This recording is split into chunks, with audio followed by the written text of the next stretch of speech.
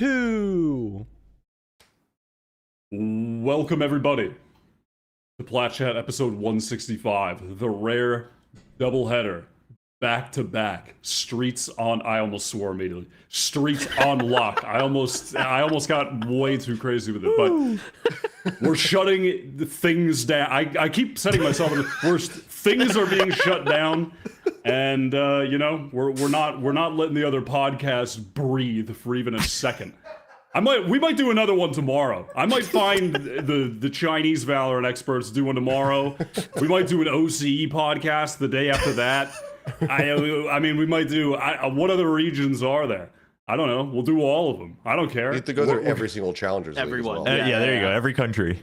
We're doing. I mean, this is going daily at this point. Like we're not easing up. We're trying to make more ad revenue. Listen, I promised it yesterday. Now I said at the end of yesterday's episode. Now this might be a little bit over the top, but I did say at the end of yesterday's episode that APAC fans would in fact bust a nut when they saw that this lineup. Now, was that an exaggeration? I don't think so. Are we overcompensating or undercompensating? I don't think so. But I'll take what I can get, to be honest.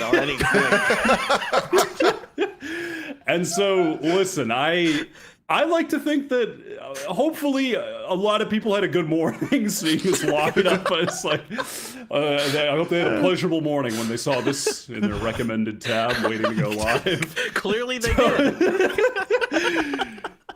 So, you know, listen, we're gonna talk a lot about APAC. If you guys didn't notice that. No, really? No. By the I thought we were going to do panel EMA part 2, like, yeah. Well, we could do, if you want, we could do 4 hours on the NA bracket and just ignore APAC entirely. I mean, that's an option. Down. That's like every other episode that I'm on. So. Yeah, exactly. Want to do? I mean, listen, we could even do 1 hour just on 100 Thieves if they can get out of that group. Well, actually, I think that would require 20 seconds of discussion. That's not actually. That isn't actually a deep dive, is it? It's a surface dive. Christ. So, what's going on? What's going on, fellas? How's this off season treating you? How's life treating you? It's miserable. Yeah. I hate not working, and I hate the off season because I sit in my house. I ruin my sleep schedule, and I basically do nothing until work happens again. So I've been ready for the season to kick off. Once again. You do have agency over your own sleep schedule. It doesn't have to revolve around work. It's just something that slips away. Don't pretend if I don't have work to help regulate it, it will just inevitably it's on a slight little tilt, and then it will just go out into oblivion, and I'll just be completely screwed. The degeneracy sets in. No, it's yeah. I'm the same. I can't say I'm any better. I mean, I got Clinton absolutely sucked into Season of Discovery. So yeah, I'm completely just lost. Like, I've never been like this before. Also, I had pneumonia a few weeks ago, which was super cool. So I'm doing great. Wow, you guys just had a brilliant off season. Well, I mean, I went on my honeymoon and I got married, so my off season's been pretty good. Oh, that's pretty good. You know? Oh no! Now he gets the weekly award. Dude, you did everything. I was gonna say that's like I didn't. If I saw that, if I still went on the internet, I would have seen that you got married, and then I would have given you the weekly award. But I didn't see.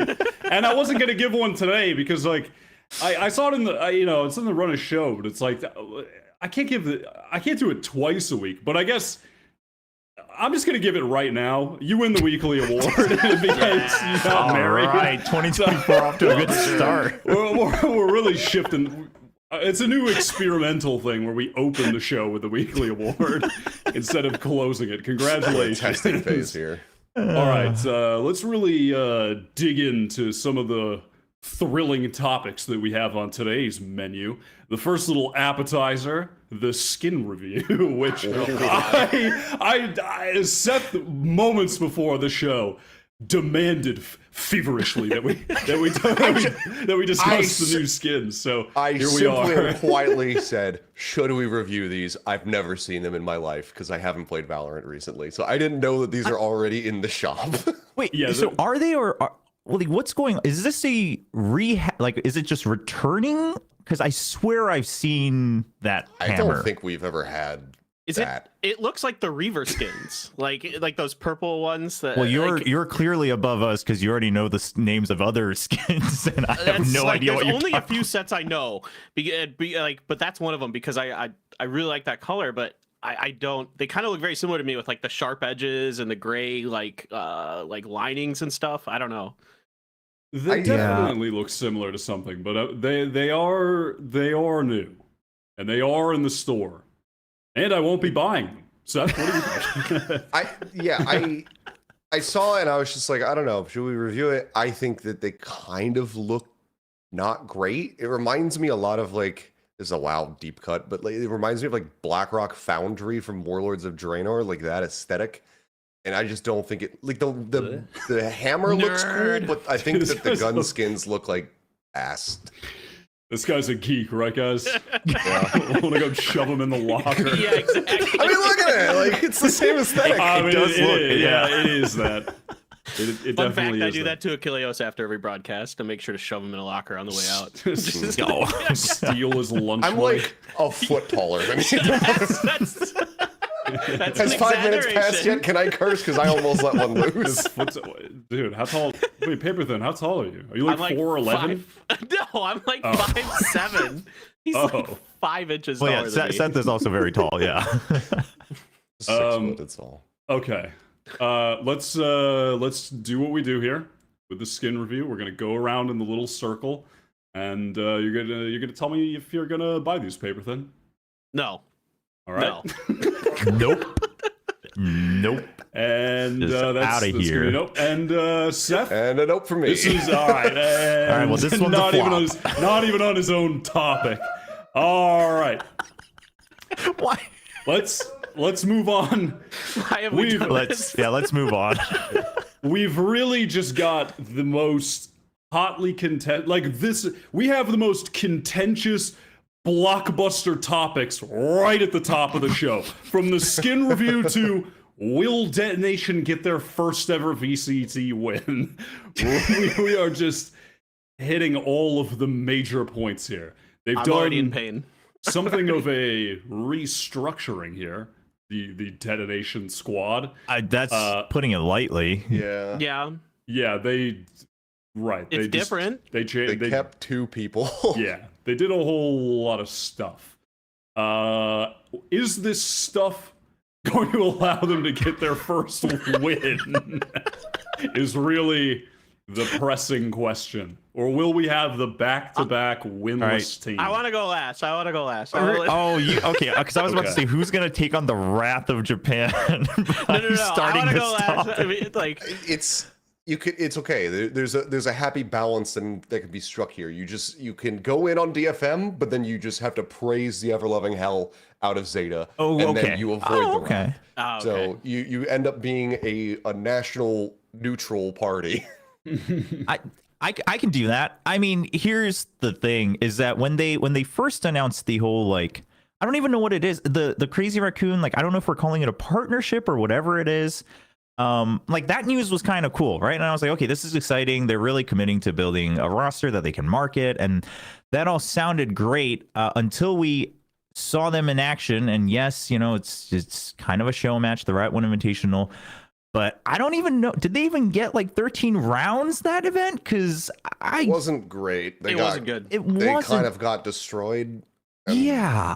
I mean, by everybody, right? Yeah. So they did not even get 13 rounds. It was a total of 10 Total 10 rounds. rounds. What was that? Three matches? Three So- best of ones? Yeah. So I'm not even putting this lightly. I mean, they got farmed by Depp as well, right? And that was probably their best chance at that event. So that's one thing. But on top of that, it's just like you look at the roster and individually, sure, like each of them have something to their name. Obviously, Neth, a huge reputation in Japan, like suggests. I mean, we've seen him time and time again in overall Pacific. I think, JoJo has a place as an IGL here and there, but he's not exactly like. But is he even playing? Look at their roster. They have 7 people. We love this here at Plat Chat. We love the 7-man rosters because they work so well. Why do they keep doing? Why? Well, what is the obsession? But why? Okay, You're not but even it's- ready because this is not the only team. With Oh, I know, 7 but players. what is the obsession? Why? I can't explain my that. big thing is why? It just never works. It never No works. one has an answer to that question. No, we don't. No. There's It's no so answer. stupid. It's 7 players that are listed, but they also have Anthem, who was probably their most consistent and Yes. high impact player from last season, listed as As inactive. inactive. So like the guy who did the Right. best overall, Well, I would say, wake his ass isn't up. playing. Make him active. Why not give him? Just get someone. Like it's. I don't listen. It's fine because I love Zeta Division and I want to make that very clear. There you go. Yeah, I want to make that yeah. so clear to all the listeners from everywhere, anywhere really, but especially Japan, that I love Zeta Division. So but Paper Thin, give me your scathing takes on this. Okay. So I have a lot of I've asked around a lot about this team, and basically what I've come to the conclusion is that I have no idea who's going to be playing, like what their 5-man will be on day one. Literally no idea. Just they could run anything and it could be possible. They're from what I've heard, that it's all shuffling around. Nobody knows. I like the pieces on this team. I like Neth. I like May a lot. May, outside of maybe Depp and Laz, probably the most mechanically skilled player in Japan. He's a very talented duelist, but I have no idea what they're doing. And then they bring in this coach, which is, it's so funny because he's like so hard to figure out information on. I contacted my #1 resource, shout out to Buddha from DRX, because he just feeds me information. But so X-Ray used to play for Buddha's CS team way back in like 2004. He was a So- 1.6 player, yeah. Yeah. So he's like a CS player who doesn't have, as far as anybody could tell, any Valorant experience. So that's like, okay, we'll see how this goes. Look, I their pieces are there, but I'm not like, I've changed my opinion on this. Initially, I was kind of excited, but now I'm like, from what I've been hearing, I'm nervous. I'm very nervous about this team, that they might just once again go completely winless. I think, I was going to say, like, I think we need to answer the question at the bottom of the screen. Like, Yeah, I was gonna do we circle actually back there. think that they can get their win? Because the start of the year is not fucking easy for them. I mean, good God. I mean, they're first opening versus matches. DRX. They're in this, like, the worst possible group that they could end up in. Like, this is just... Wait, I forget who else is in their group. Talon It's and going to Team be Secret. misery. They've got Secret, yeah. and then... I mean, and then Talon it's a race is for the another bottom. team that's like, yeah, it's another team that's looking fairly rough, but like, I don't fucking know, man. I don't know if they're going to be able to get one. I don't know. Yeah. I'm just I gonna go don't in and know. say they're not. I just, you guys are trying to give them this benefit of the doubt. I think the only like, and I hate to put it this way, and you know, when we're like casting and stuff, obviously we're trying to look at silver linings and talk about the positives or whatever. But at the end of the day, it is a battle of who is going to fail harder for last place of Pacific. Okay, like I'm just gonna say it straight up. Like, there's just no way out of it. And currently, just because of the reputation so far, DFM's winning the race. So They're miles ahead of everybody else. I mean, you know, we'll get to some of the other teams. Some of the other teams are trying to catch up. They're doing their darndest to try to catch up to DFM in that race, but. And here's the thing, like Paper Thin said, it's not really anything against like any individual player. It's just, I mean, none of it just makes sense. And then the coaching staff as well. So, I mean, if they get a win, I'd love to see that. I think it would be a miracle, but I don't. Maybe they know. could be Talon. I don't know. I mean, No. like, that's the only team that maybe I could see them. Dude, I watched well- them like beat Talon. It's their first win, and Yeah. but it's like a record-breaking like overtime game because Oh, God, both teams please continue no. to just Yeah, fumble the that's- ball Please no. every single time. I mean, get they ahead. also just added another player. So, like, that's probably the only other team that I would consider that. But Right. yeah, it doesn't look good. It doesn't look good. I'm gonna go Maybe- with no. Yeah. That's gonna be I'm locking it in. Much I like was gonna we say, have maybe to, if every other team just gets the Istanbul shitting disease simultaneously. Oh man, Jesus. Kurt, can you use the skin review like X and check mark for this as well? Do you Yeah, have I the can do technology that. for that? Yeah, All sure. right. So I'm going no win. So give me there we go. All right, Chobra, what are you going with? A win No or wins. no wins? No wins. I'm All not right. backing down. All right, Seth. Sorry, DFM. No way. Oh no. Oh no, this is All right. And the man. pressure is on. It just It doesn't feel like, because one of the only other things that really comes to mind with this situation, to cut off paper thins, joining in on it's this. fine. Go ahead. Like, one of the only other things that I can really think of is like Shanghai Dragons in the Overwatch League. But going into season 2, it was just like, nah, it felt like it was so inevitable that they were going to be able to get that win. I don't have that same feeling right now with DFM. I think it's very possible, if not likely, that they don't get any wins. All right, the suspense. I think they'll get one. I think they'll get one somewhere. Don't even know. I don't know. I really like a couple of these players a lot. So this is like pure, like, I've watched some of these guys for the last couple of years, been big fans of them. It's pure, nothing but pure copium. I mean, like, I'm just like, I think there might get one in there. Maybe they'll beat somebody randomly, like GE or Talon or something. I can't wait for that one like weird game that they're gonna win, and Clint's just gonna shove this screenshot in our face on the analyst desk. He's gonna be like, I told you in January. That's right. I need to take my wins where I can get them. Okay. Like. Oh man. All right. Let's keep it moving. And oh, hey, it's their first opponent who are marginally better than them. It's DRX. DRX have they made a couple changes for the first time in, well, not for the first time ever, but you know, a team that rarely has made changes in their long tenure as a unit.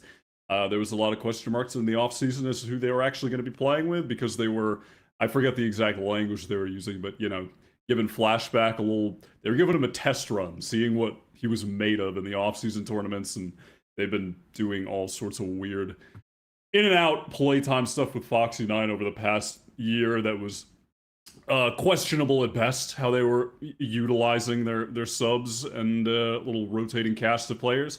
But they've settled with Foxy9 and Flashback when the dust settled on the off season. So really going into this, it's just a matter of, is this going to be an upgrade? Is it going to be an upgrade immediately? Is it going to be an upgrade that takes some time because they're newer to the upper echelon of the scene, playing against these top teams in the top, you know, in the high stakes environment over and over, and not in these off-season tournaments where they can be a little bit of, you know, silliness, experimentation. So what do you guys think? And Seth, of course, I will be throwing this one to you to kick us off on the most positive note possible. Look, I mean, unless honestly, you're not positive. Oh boy. So when the changes happened, I think I was actually on that episode when we talked about like RB and Zest getting released to the game.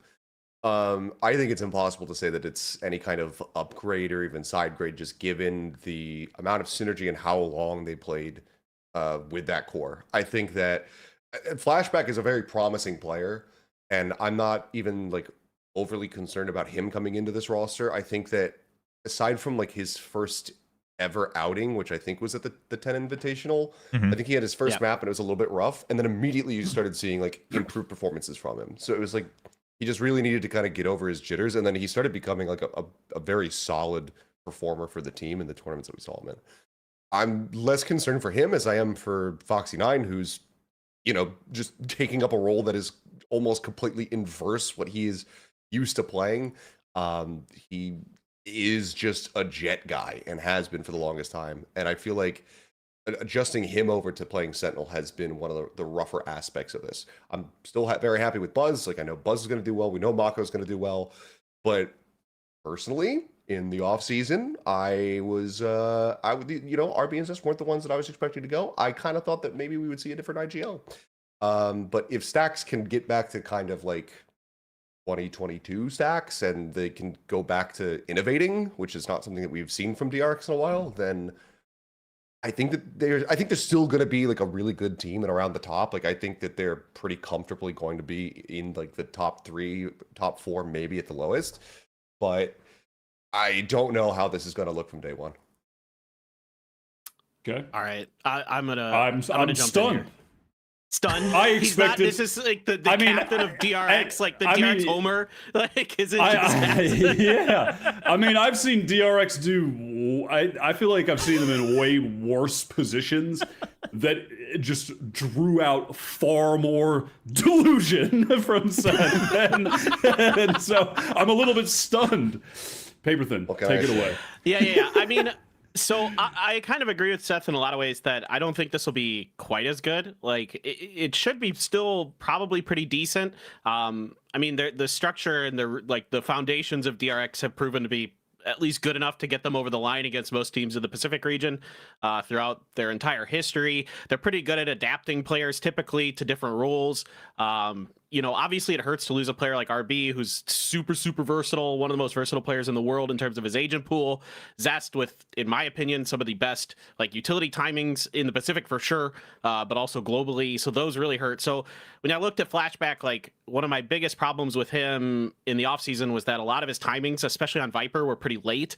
He missed a lot of like snake bites that just didn't come at the right times, or the walls weren't always there when they needed to be, things like that. I think that could be ironed out. I think that could be worked out. I think if Termy's good at anything, I'm not one of the anti-Termy that I see a lot on the old internets these days, but I think like if he could do anything, he could take players and get them really like functioning in a system, get their timings down, kind of get the real question is going to be, again, like with Stack still as IGL, is there going to be the adaptations? Is there going to be that creativity, that looseness that DRX seemingly needs to be able to start getting deep into seasons? Because it feels like once teams have them read, then they are shut out. Like once the good teams like a Fnatic or something like that kind of downloads their playbook from watching their VODs and stuff, it doesn't seem like DRX has been deep enough or creative enough to really get themselves over the line through an entire season. So that's more my bigger concern. I think Foxy9 probably will be okay, whether he's on the KJ or the KO or whatever.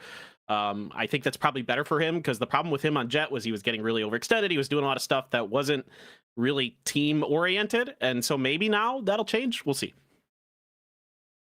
Yeah, I don't know. I don't think it's going to be good. I don't know, I feel like I'm just here to doom and gloom my own region this whole podcast. So I think long term, and I mean like more than a year. I think it's going to have more potential, right? Just because obviously now you have guys that are more green, that are mechanically gifted. So hopefully they can continue to adapt, like as Valorant patches come out and things like that. So they'll be in the Valorant cycle rather than the old CS cycle, right? So they won't have to break out of that shell. So yeah, I mean, I think there's, I think it's okay to say there's probably higher potential over time. But first of all, as much as I love Foxy9 and he's mechanically great on the Jet, and I would love to see him do well, I just, from what we saw in the offseason, I don't have faith that he's going to pick up a new role fast enough at the highest level, right? I think it's going to be serviceable, but I don't think it's going to be great. And then obviously they're clearly still working on the whole comms thing, which I'm glad they are, but that's not something that changes over time. Flashback, I mean,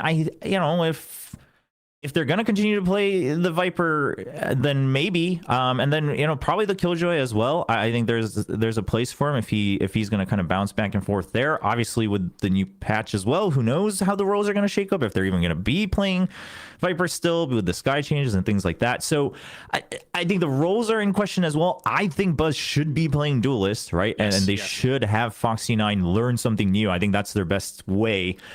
But I don't think that's the highest ceiling they have. So quite frankly, I mean, I would actually, this sounds weird to say, but I would like to not see them be top 3. And not because I want to see them fail, but because if they get to top 3, I think it's because they're recycling the same playbook that they have for the past 3 years. I think that's the only way they like confidently get top 3 this year.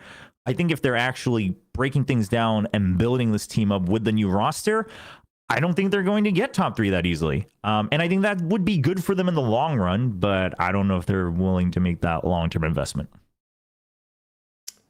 Well, I think they'll be fine because they're in a group with some. Okay, so can we just talk about that? Like, how are they getting away with this? They are just getting away with highway robbery in the VCT, okay? They are just buying their way into Madrid, possibly. I don't even know how this works out. Like, this is okay. So they're gonna get out of surely they're gonna get out of Group B. Yeah. But then they have to go to the they'll playoffs. I in mean, the sure. playoffs and supposedly, well, it depends on who wins the other thing. I mean, they might. They got to not, play the winner though. of Group C. They got to play the winner of Group C, and that's Paper X Gen.G RRQ. Right, That's where. Oh, that's true. Okay, and okay. So it's that's there's no double elim, and that's okay. where That's I'm where the kinda- buck stops. Okay. Yeah. Okay. Unless oh my god, we went over this yesterday, and I still I don't want to do this again, but here we go. Unless they go Here through you go. play-in. Unless, Yeah. unless the play-in winner is in Group A, then the semifinals get shuffled. right. Because they can't be from the same group, so then they might play against a different. So it's possible they'll play against a solid team in the playoffs, and if they just lose once, and I'm gonna take us back to the new players in a high stakes situation narrative, and that might be where they have a little bit of struggles, because I feel like that's where we saw Foxy 9 struggle before. But True, go on, and based on what you just said, I am going to lose my entire crap on broadcast if somehow the play-in winner is from Group A and they shuffle the bracket and DRX gets to meet the play-in winner from Group A. And if that's how they get to Madrid, I will just lose my marbles on cast. That would be ridiculous. I am looking forward to that group draw because me too. it's almost it's 100% going to happen. There's no way it doesn't happen. Sneak team secret there, baby. Okay. Anyway, I didn't even Christ. consider that possibility. Wow. man, I don't. I'm with everything you guys are saying. There's something.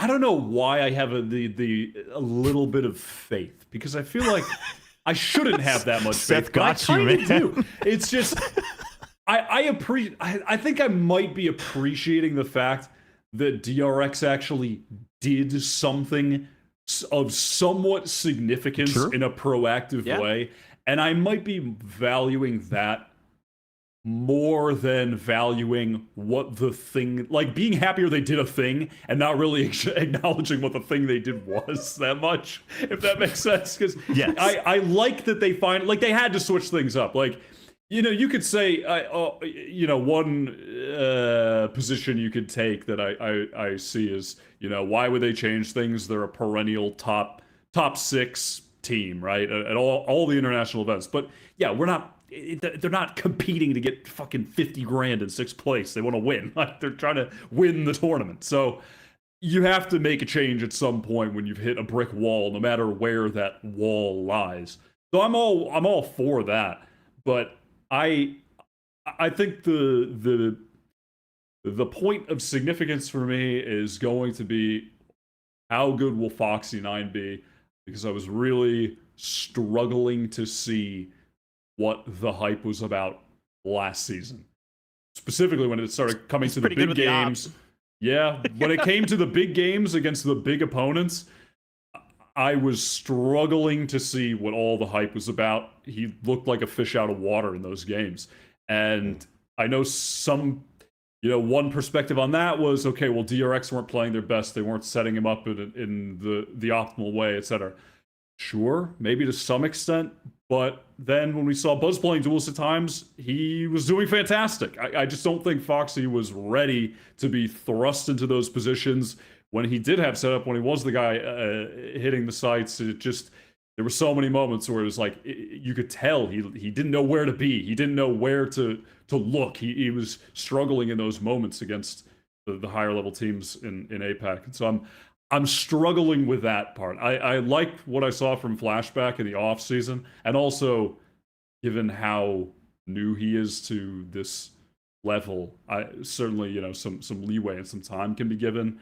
But for me, there's a lot on the shoulders of Foxy 9, which also probably, I hope he's not feeling as a player and isn't feeling discouraged after last season, because that would also be to his detriment. But yeah, I'm struggling. I'm landing somewhere in the middle here.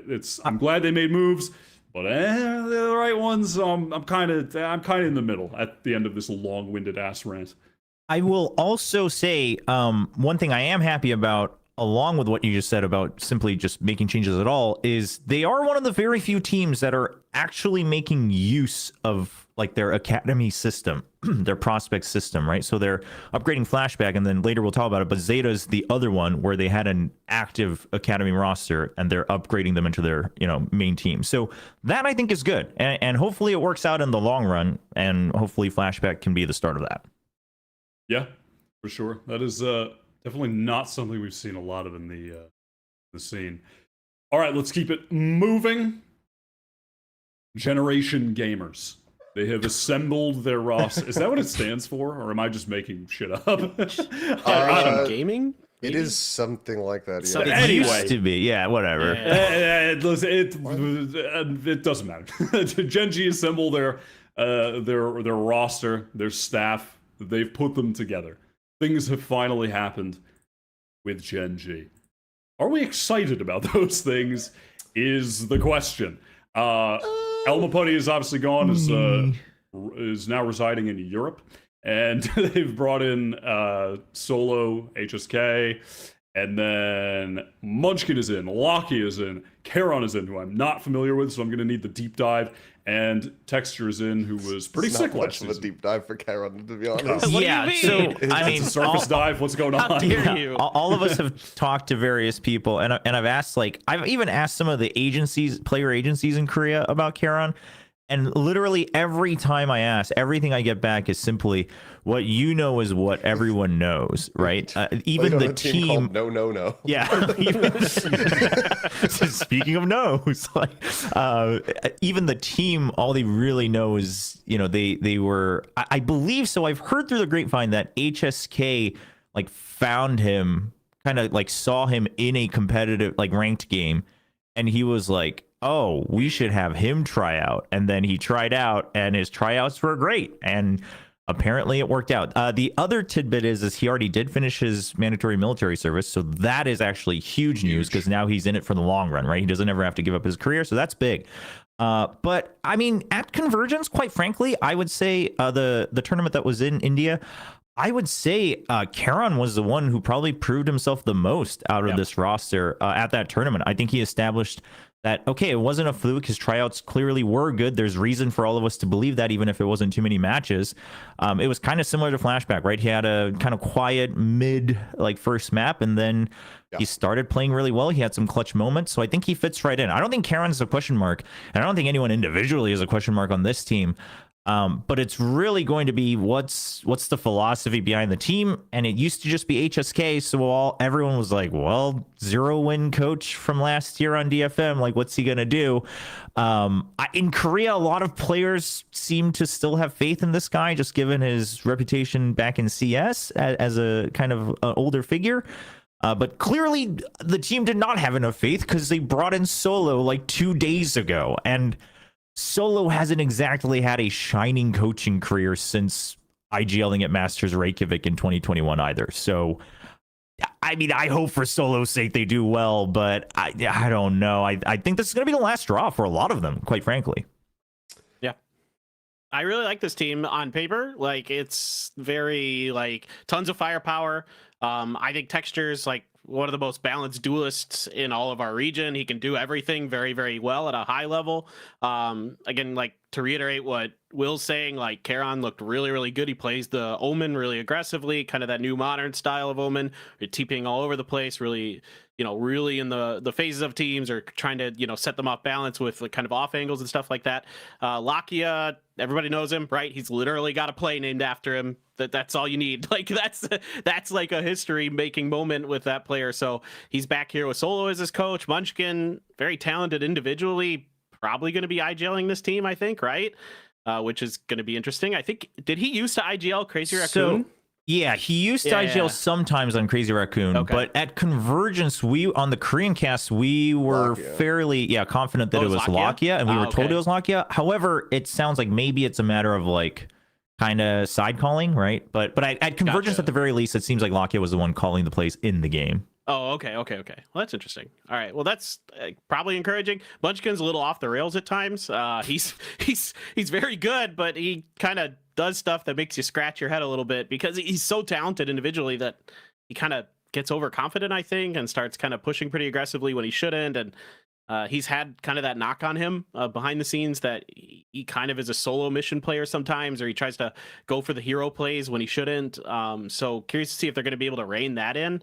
I don't know, with Meteor. What is that? This is Munchkin IGL. Why is he shooting his own teammates? I'm so confused. Whatever that is, I can't wait to watch it. That's sure. There you go. I mean, again, I like this team on paper. I don't know what to expect from them. Like overall, I don't like Solo as a coach very much. His teams look really static, and they look like they've got glue on their feet. Sometimes they're not moving around. They're just kind of waiting, holding angles, like praying things will go their way. I don't know, man. This team should do really well, but then that was Gen.G last year too, right? Like literally start out the year 4-0, and I'm like, yes, I was so behind it, and then they just nosedive into the ground, and I mean, I'm worried that something similar is going to happen again this year. I like the narrative that you gave us at the beginning there, Cobra. Now I am forgetting the narrative, but the narrative clearly I left a lasting impact. It was such a good really narrative. Like that thing that you said. I have no fucking clue. What, that they're all on their last draw? Yes, it's like no. I do think, because I didn't really think about it that way, but I think that's very true. That this is kind of the last ride for this. Like, it's the old guard of like the middle to upper card of Korean players that were never the DRX tier, but were just a little bit below them. Could make the international events, wouldn't do great, but they'd be there. And they're still hanging around because Lord knows that, well, they're still good enough to play, obviously, but there's new talent coming up, and it's easy for orgs to just recycle these guys who are known names, also because at this point they're established in the ecosystem, they know people, get the tryouts, that sort of thing. But yeah, when you're looking at Munchkin, I think Meteor too at this point. I think Texture is the guy who actually continues to prove himself. I think he was fantastic last year on Global. Yes. For me, I'm looking at Munchkin, who's been around forever, has been good, but hasn't had great success yet. Nothing of serious, putting his name in the history books. Meteor was a guy with a lot of potential that I think last year was just on a different planet compared to the rest of his team. I mean, it looked like they just weren't in the same voice chat, like they just weren't listening to each other. It was bizarre. And then Lakia, who was, again, I mean, he's a guy in the history book because of what happened at Reykjavik, but that was his only thing. And since then, nothing. Like these three guys, I think they're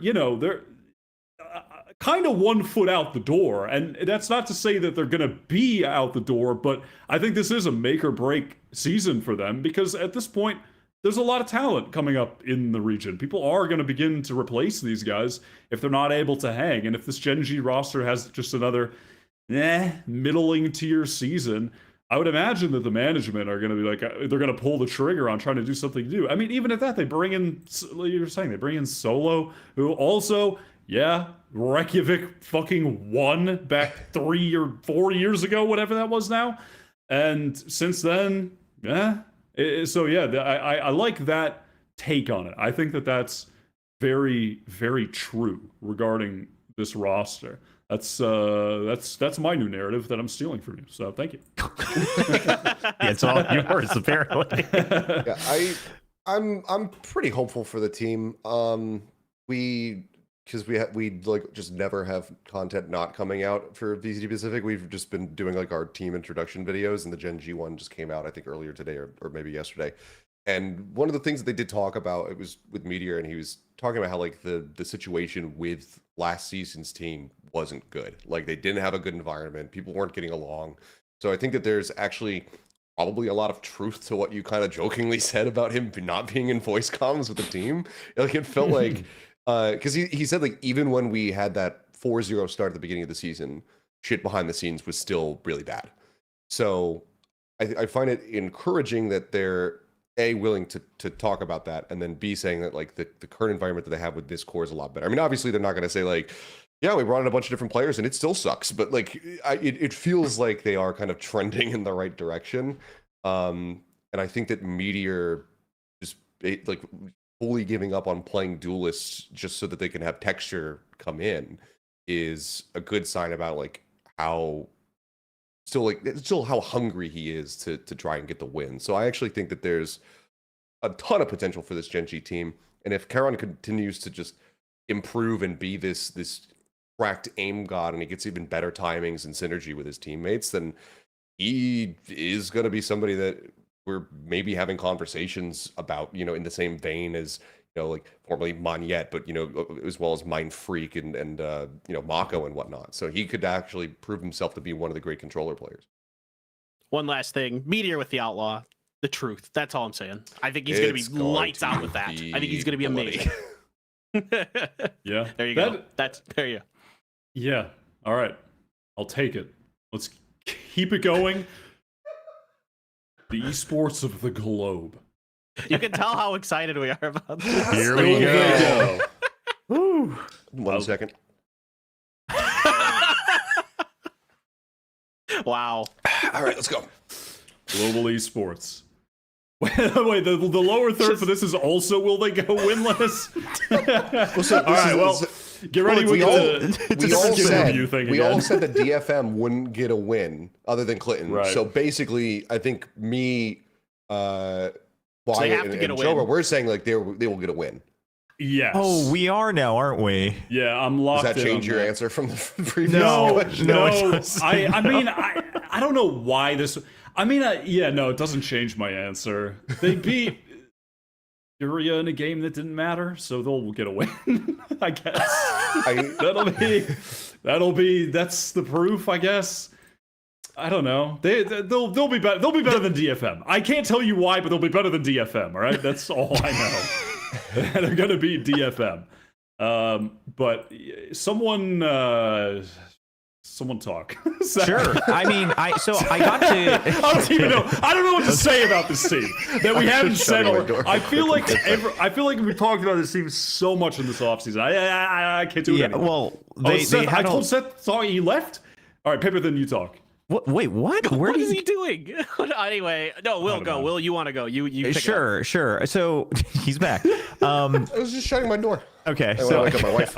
I got to Taking some I did get shots. to cast their games at Convergence, and I'll say this: the whole get all the IGLs and side callers from all the different teams to get together, it did result in what I thought would result in, which is they're very aware of what's going on in their game, and they have good ideas on how to adapt. Now, the execution of it and the mechanics not quite at that level. However, Vitality also was firing on all cylinders right up until the finals of that tournament. So I don't think it's really a shame that they're getting outgunned by Vitality. And on that note, I think while most teams in the Pacific have made good upgrades, I think they could be good enough to get, a couple wins here and there with the brains, even if the mechanics aren't always there. And then, all of them have had like clutch moments, right? All in their past teams.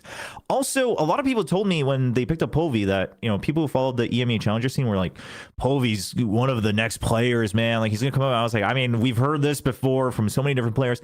He was pretty good. I don't think he's quite there yet, but the potential is definitely there. So if he has 4 brains to guide him around the map, I think there's a good shot that they'll get a couple wins. I don't think it's going to be enough to get like top 3, but I think it'll be consistent at the very least.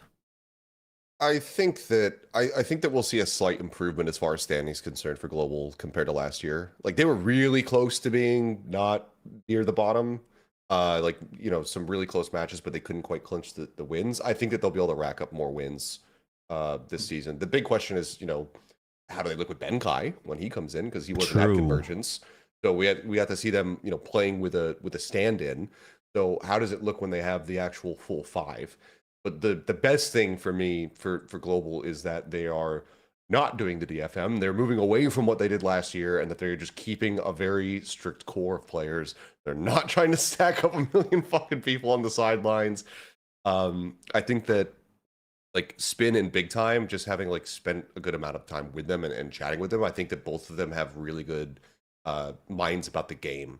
and the kind of takeover, I guess, or the change for Spin being the head coach was something that we saw happen. I think it might have been in the LCQ. Yeah, I even think it was last already in season. motion. That's when we started seeing him kind of as the stagecoach and whatnot. So that transition had already begun, and I think that this is, you know, I think that this is a team that could have some pretty surprising wins, because Blaze King especially, guy's like cracked out of his goddamn mind. Yes. I think that he could very easily put the team on the back if the rest of them are starting to underperform. He's really, really good, and I think that they have solid veterancy like on this roster. I don't think that they're going to have to worry too much about like, oh, you know, first time on stage, where, you know, let's get ready to go. Like, the only player who has a little bit less experience is probably Lightning Fast, I guess, because we didn't see him too much. But even then, like, he's played, you know, played a bunch back ton in, in he's India. played back in India and whatnot. So I'm a little bit optimistic about this team. I think we'll see the global kind of move up the standings a little bit. All right. Huh. I'm going to go with our word of the day. Will they go winless? No, I don't think so. I think this is like a pretty good team, but the firepower concerns me. Like, as was infamously pointed out on this broadcast, you got to shoot people in the head to win games sometimes. Like, and I don't know if they can consistently do that enough. I mean, like Seth said, Blaze King, I love Blaze King. I've liked him for a really long time. He's been really, really strong domestically, and I'm really happy he's getting a chance to prove himself, because he is cracked mechanically. If Polvi can pick it up, great. The mood seems really good. I really like Spin as the coach. He's one of my favorite guys to talk to behind the scenes. He's really, really willing to like sit down and like, you know, really dig deep into what he's thinking and what the team's doing, and I really like what he talks about and the way he talks about it. Not just because we're both bald, all right? He's not bald anymore. Oh, he's not. He's grown hair. He's abandoned you. He's a traitor. All right, I'm out. We're done. They're not winning any games. He doesn't give they're a going shit winless. anymore. It's over. It's over. It's done. I think, and Lightning Fast, I think, is like one of the most consistent players in his region. I think like SK Rossi, even though his highs were very high, his lows were very, very low, as we saw last year. So I think Lightning Fast, to me, I always liked him, even from the get-go when we casted him LCQ back in 2021, was like, I thought he was really consistent. I thought he was really smart. I thought he was really well placed with his timings on utility and things like that. He's got great firepower. So I think this could be a really decent team. Do I think they're gonna like be top 4? I don't think so, but I think they'll be competing, and they could, you know, maybe steal a game off of a DRX or something like that for sure. Wait, Can off I a just- wait, what? Hold on. Wait, what? Wait a second. Did you say off a DRX at the end? You just slid that Yeah. one in there? Sure, Wait, what? sure. Wait, I was with you, and then I was like, yeah.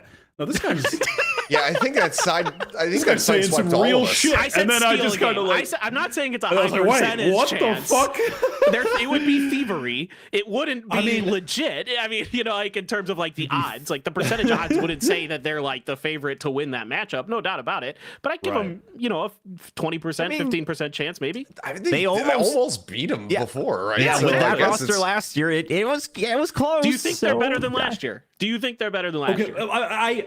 so okay. Well, Chober, it seemed like you were fucking dying to say something just then. Just say Well, it. I no, because Paper then just asked, do I think they're better than last year? I actually don't think so. I mean, the team last year was in turmoil, but they were also getting hard carried by Monette, and you don't have Monette anymore. Yeah, that's true. So I don't think that they're better on paper as last year, but I think that they're way more well set up to succeed Sure. this year, because they don't have the just fucking musical chairs like, oh, who's going to be Rossi, and oh, it's going to be Lightning Fast, oh, it's going to be this guy. Like, I think that they are in a better position to have success. So even though I think that there is maybe less firepower on the team, I think that it's probably more well structured. So I think that they'll be able to still have good results overall. Or better results, I should say. I also, so this is going back a little bit to what both of you guys kind of touched on, but okay, so everyone keeps saying like Blaze King everyone keeps talking as if Blaze King's here to save Southeast Asian Valorant, and I think he's decent, but I don't know where this is coming from. Like, why is he the one that we're looking at to be the like star of global esports? He's just been really impactful for a really long time in Indonesia. I mean, he dragged some of those, was it Boom, right? Teams, Yeah, Boom, yeah. like to multiple almost beating, you know, Paper X appearances. Like, he was often their best player there. So just in terms of like a guy who can compete with like the firepower of a team like Paper X, you know, he's always been kind of that guy. And wasn't he didn't he have the ace? No, he did. I mean, he definitely has clutch moments, right? If you wanted to make a highlight reel for Blaze King, you could definitely make one, a pretty decent one out of it. I just feel like it's a lot of clutch moments, and that's I don't Could know. be. Yeah, there's a lot of players that have that, quite frankly, if you really want to dig deep. So I was just curious. I'm not really on the hype train. I don't think he's bad, but I just don't think he's like super amazing. But Sure. I was just curious. I feel like my read on this team last year, and I was enjoying watching them, but always with an undertone of frustration because I don't think they ever realized their potential. I think Aaron was doing a great job with the team, but it's hard to be a great IGL with a great system when your roster is shifting, when there's chaos looming underneath, and you know your footing is kind of unsure the whole time you're trying to structure this team out. Well, I think he did a great job with what was going on and what he had, and that roster without a doubt had way more firepower, but they were sloppier than I think the team this year will be. But I don't think the team this year has the ability to punch up like the team last year did. I could see this team being at a pretty consistent level, but they're not going to be able to punch up. I mean, when they're playing against other teams that are regimented but just have better players, they're just not going to be able to beat them. But against the teams that are maybe have a marginally better firepower or even decently better firepower, but don't have a solid foundation, solid teamwork in comparison to Global, I think that's where they can get some wins. I think they'll get a few wins just based off that alone. They're going to be better structured than other teams that might have better firepower. Like if Talon end up being in a similar situation to they were last year, where they have some cracked players, but like fucking God knows what they're doing. I mean, that's the kind of team. That's the kind of team, excuse me, that Global could beat. You know, I think that's where they'll get the edge up. But I feel like they're just going to end in the exact same spot they were in last year, personally. What were they in, like 8th place? 7th? It was something like that. 8th or 7th? I think it was 7th? I think it was 7th, 8th. Or something Yeah, like Yeah, that. 7th, I 8th think probably we got had, tied. we had DFM Yeah. Talon, and then it was them and ARC. I think they're just going to end up in basically the same spot. Yeah. But that would still be better if they do, because now there's 11 teams, so they're one further away from being in the bottom. So that's actually an improvement. Even if it's not, Riot knows what they're doing with the even system, if it's the same number, if they get 8th place again, What is they're actually better in than that one can? additional Like, team. what is really in that can? of Oh my gosh. That's a really good point. That's a really good point. All right, let's keep it moving. RRQ, they've been chilling. They've been straight up chilling. They did bring in Gen.G, who they're trying to, you know, that's like the something 2 attempt. Yep. Bringing in a young Russian player into APAC to hopefully come and farm. That is Eat the mission. New Jerseys. Wait, what's going on there? Those are the New Jerseys. I love the New those are pretty Jerseys. great. I actually like, yeah. Yeah. I'm a pretty sick. fan. I'm a fan. Those look cool. All right. What are you guys feeling about this roster? For some reason, this is just RRQ. I think I got like a brain worm from their preseason last season where I could just never convince myself to. No, let me get this point off. Let 'em go. There's something about what they were doing in the preseason of last year that just put it into my head that I shouldn't really care about them that much. And for whatever reason, I could never get into watching their games last year. They were man. like the one team that I was like, it's an RRQ game. And I just never really watched them. And then people are like, oh, they're really good. And I'm like, I mean, I don't really watch them. I don't know. I don't know why, but this is the one. I mean, I do know why. I just explained it. But this is the one team that I just need someone to school me, because I'm a dumbass and I don't know what's going on with them. So someone, you know, I need an intellectual to guide me. Who will be that intellectual force then on the it's podcast? Definitely not Seth. So okay. I love you. I mean, I think like this is a team that my opinion of changed very quickly over the course of the year. Like I was kind of with you a little bit, Wyatt, at the beginning of the year, where I was kind of like, whatever. Like I didn't really think there was going to be that much firepower. I wasn't really feeling like there was a lot of coordination with them. But I think as the year went on, I got a lot more confident in them. I thought like really Ewok did a really good job of keeping them in it, like getting them better, getting them improved, like week after week, time after time. I think it should be a pretty strong team. I mean, Jemkin, you know, the Reyna performance on Bind at Ascension aside, is a really strong player. You know, and a lot of people have a lot of respect for him. Is he going to be something 2.0? I don't know. But he seems to have that potential. He's been destroying in Japan for years. And, you know, he was really good for Scars at Ascension. I think he's got a real shot to kind of help them really have a lot more impact. I also just real quick want to say, like, the one thing I like about this team is like their attitude is really good. Like, I sat down at a dinner with them the other night, and like everybody's just ready to go. Like, literally, like, we got done with dinner, and like all the players, I'm like, so what are you guys gonna do? Like, it's like Friday night in Seoul or something, and they're like, we're gonna go grind ranked. And I'm like, all right, have a good one. Like, get out of here and go do that. Like, they've got a good mindset. So I think this team could be really good. And the other cool thing is we've got them in Gen.G's group. And that's like, I think if there was a rivalry that was created last year, right, it's Gen.G versus RRQ because of the way that things shook out with like the implications of them knocking each other out of various stages of the events. So I think that should be a really fun match with like a lot of emotions and intensity behind it. I like this team a lot. I think that I mean, I thought that they were going to be the ones to be able to take the LCQ last year. I think it was Bala as well when we had gone over things. Like, he very much was believing in them as well. The amount of growth that we saw from them last year, I think, was pretty staggering. The thing that gives me even more faith coming into this season, you know, 6-man roster aside, is that now all of these players have had basically that season of calming in English, which was one of the things that they were really struggling with at the beginning of 2023. Jesus Christ, my brain just almost started repeating 2020 over and over again. So now they have that season behind them, and they're used to calming in English. So I think that kind of just having that be out of the way, Jemkin comes in. He's been calming in English this whole last time, you know, like playing on Scars and whatnot.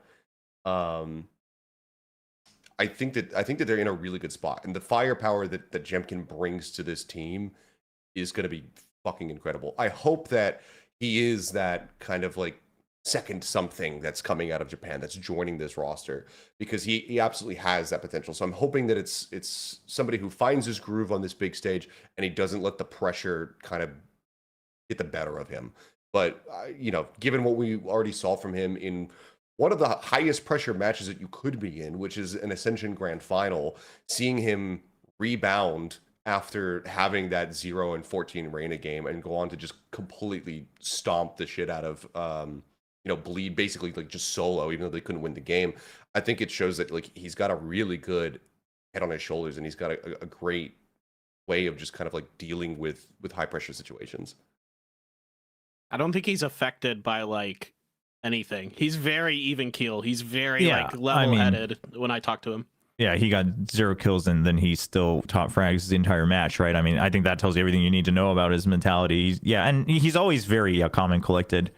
So I've always hyped up this team throughout last year, while everyone alongside Wyatt was just not caring about them at all. I always thought that they were going to be a very good team. Unfortunately, they didn't reach that potential.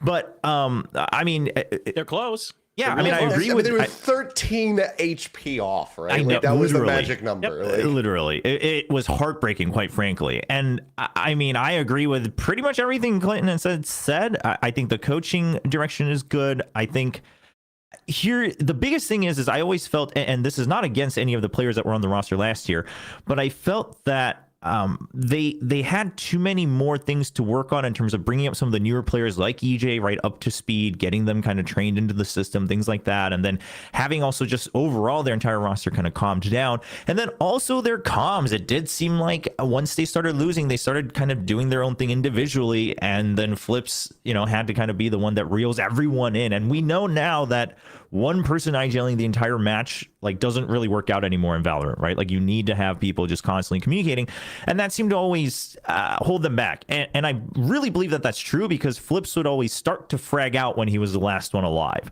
but then other times he would be a bot in certain duels and just die. And so it's like, okay, you're clearly spending too much time trying to get through the comms on your own. Now they add Estrella, which, by the way, I think it would be fantastic if Estrella is able to side call his teammates to a victory against his old head coach and teammate Lakia and Solo, because that did not go well on D+. So that would be one heck of a storyline and a nice little punch back for Estrella to kind of get out of Korean Valorant jail. But then on top of that, I think... Here's Jemkin. Like, I know I was in the same boat. I was like, okay, Jemkin probably the next something. RQ's trying to pull their something.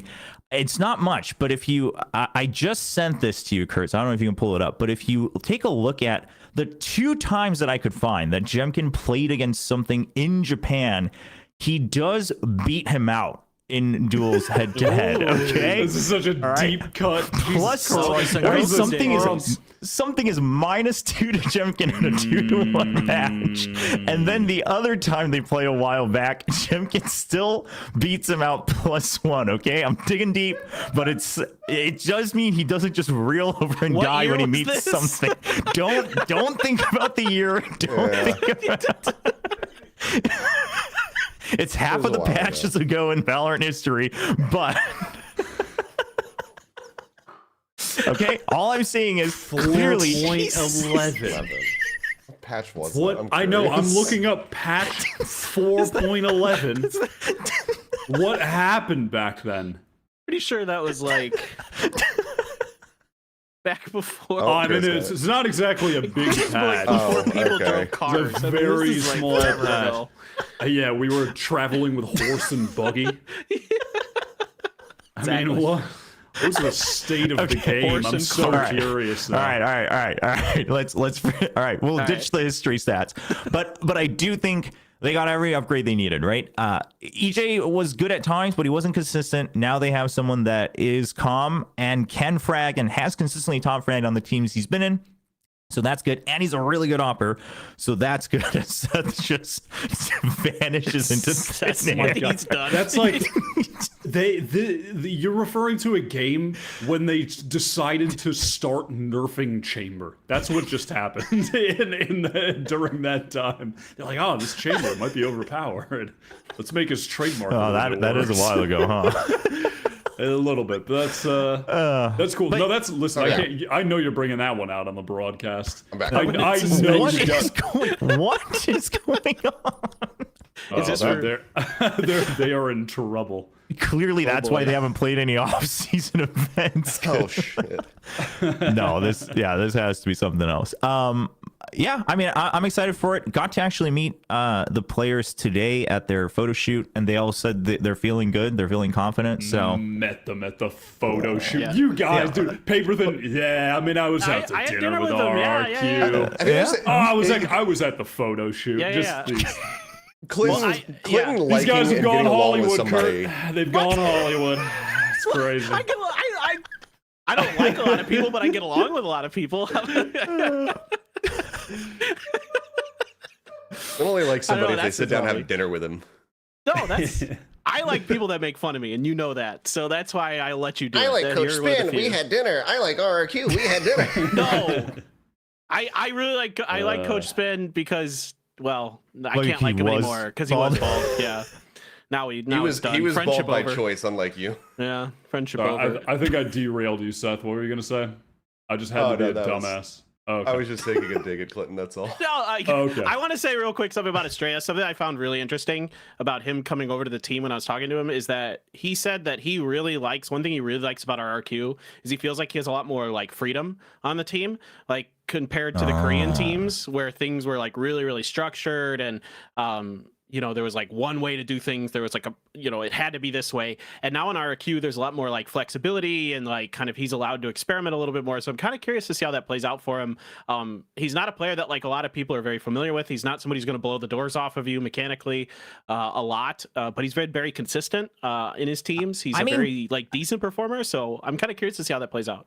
Even mechanically, I mean, he's not played. bad. Yeah. He's also one of the players like RB that's played pretty much every role in Asian possible in pro play throughout his career in Korea. And I think I mentioned this the last time I was on Plat Chat as well. But he he is also a player known to be a respectable IGL in Korea, right? Like all the players and coaches in Korea said, well, I mean, we need an IGL. Well, there's Estrella, so it's just a matter of if you want to fit him into your system or not.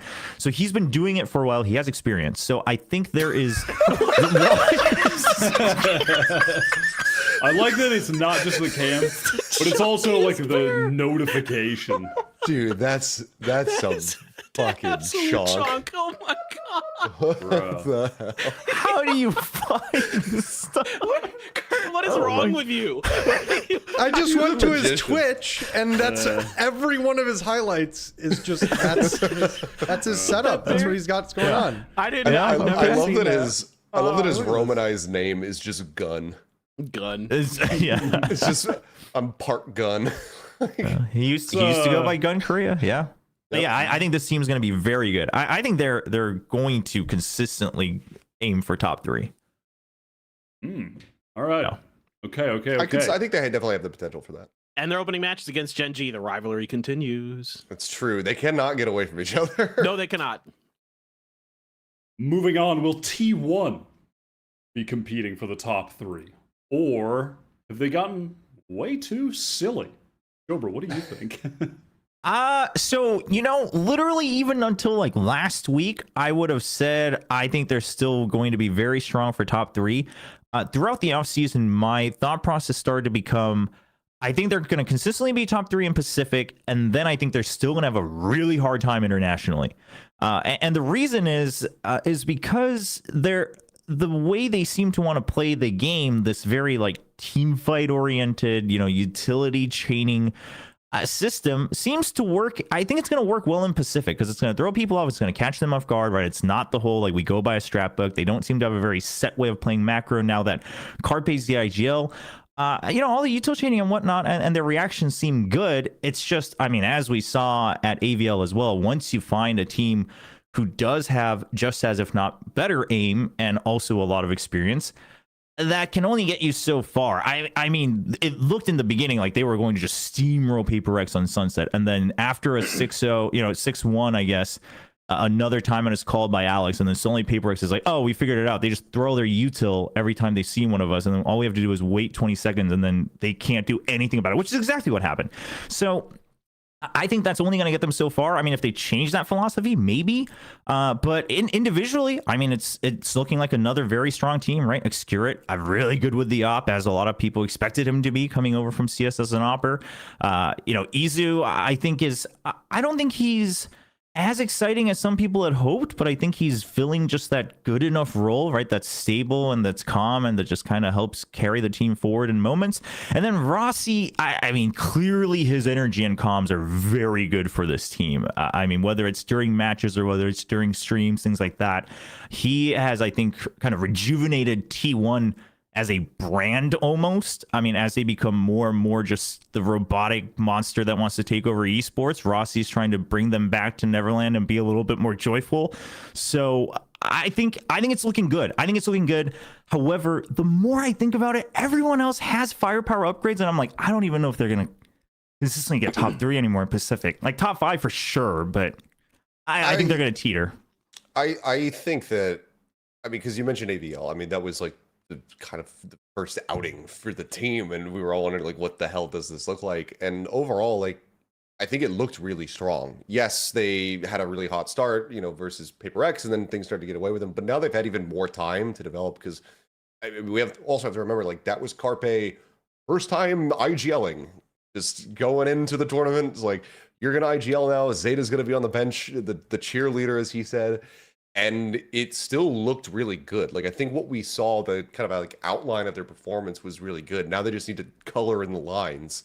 And I think that this could be a very, a very good team that can contend for the top spots. So I think that honestly, like, anything outside of top 3 for T1 is unexpected for me and probably a bit tragic for the organization. Damn. No, I agree with Seth. I really think this team has to be good, because what they've been doing has been a little head scratching. I mean, I thought last year, if what they're saying publicly is true, that Carpe is going to be the IGL, because I thought last year ZETA was maybe the best IGL in Pacific. I mean, like the way that he maneuvered T1 last year, I thought was really intelligent. He made a lot of really good reads, stuff like that. So to take him off of that, like this has to work, or else I am very scared, like what's going on back there, because like this team to me looked really solid at AVO. I really now have a lot of confidence in this team. I think they're really well structured. I think they got a lot of the right pieces in the right spot. I think they've got a lot of firepower. I think Rossi's just been such a great influence for them. The confidence is through the roof on this team. Like they are super ready to go this year. So it's either going to be like one of those things where they're able to ride that high, or it is going to come crashing down to earth and the whole thing's just going to just fall apart. I'm really curious to see how it goes. I personally think they're going to do very, very well this year. I think Xcurate's quite good, and I think, you know, him and Saya put together is a very, very scary combo for any team to go up against. It's just a matter for me if like this move with Carpe over to IGL is it or not. Can he actually, like, you know, it's something he hasn't really done a lot, at least in Valorant. Is he going to be able to get them over the line and things like that? And I want him to. I know that both Achilleos and I are like big time Carpe fans. You know, he's got crazy good aim at times. Sometimes he does leave you scratching your head a bit with some of his decision making, but maybe now that's changed. Maybe he's got enough, you know, like he's got enough experience as an esport player for sure to adapt. So we'll see if they can make it happen. But I am really high on this team, and I may regret it. We'll see. Huh. Interesting. You guys are convincing me to believe. Izu also has a ton of respect in Japan. People Oh, yeah. love Izu. He is like one of like the players that all the Japanese players talk about as like someone that they really respect. Yeah, it's just Which, you know, I mean, you just don't respect him, Chobra? Is that no. what you're saying? Whoa. Let's calm down. Dave, dude, oh, what's that? It's the sound of the trucks getting parked outside of Chobra's apartment complex. I think so. The last couple times I was on Plat Chat, I was hyping up this team as well, right? I mean, with all the same points. It's just the more I think about it, I just don't think the way they're playing is going to work out. Although now that Paper then just kind of went in on the whole Carpe IGLing, is it going to work out or not? The one way I do see it working out is if Xcurate, which he does seem to be very vocal on the team from the cams we saw in AVL, if he continues to have a really strong presence and brings in some more very like traditional TAC FPS knowledge and philosophy over from his CS days, not that I think that's like the way to play Valorant, but just a nice mix, then okay, then maybe I'll find some more faith again. But I mean, I think it's definitely an upgrade from last year. I don't know. I'm starting to back up from my initial hype where I thought they were automatically going to be top 3 in Pacific this year, and now I'm like, I don't know. Just Susanto magic. That's all you need. Just the Susanto magic. That's it. I mean, That's it's all it good. is. Yeah, It's good. They have some It's really crazy good. genes, but I don't know. That's only one guy. I'm pretty sure. I remember, Chobra, last time you were on, I remember we were talking about T1 because I think it was the episode after we did the early tier list of all the teams. Yeah. And then you came on the next one. I remember at the time with T1, that was still when their roster was, things were very in flux, and it was frustrating to try to parse out what they were actually going to be doing.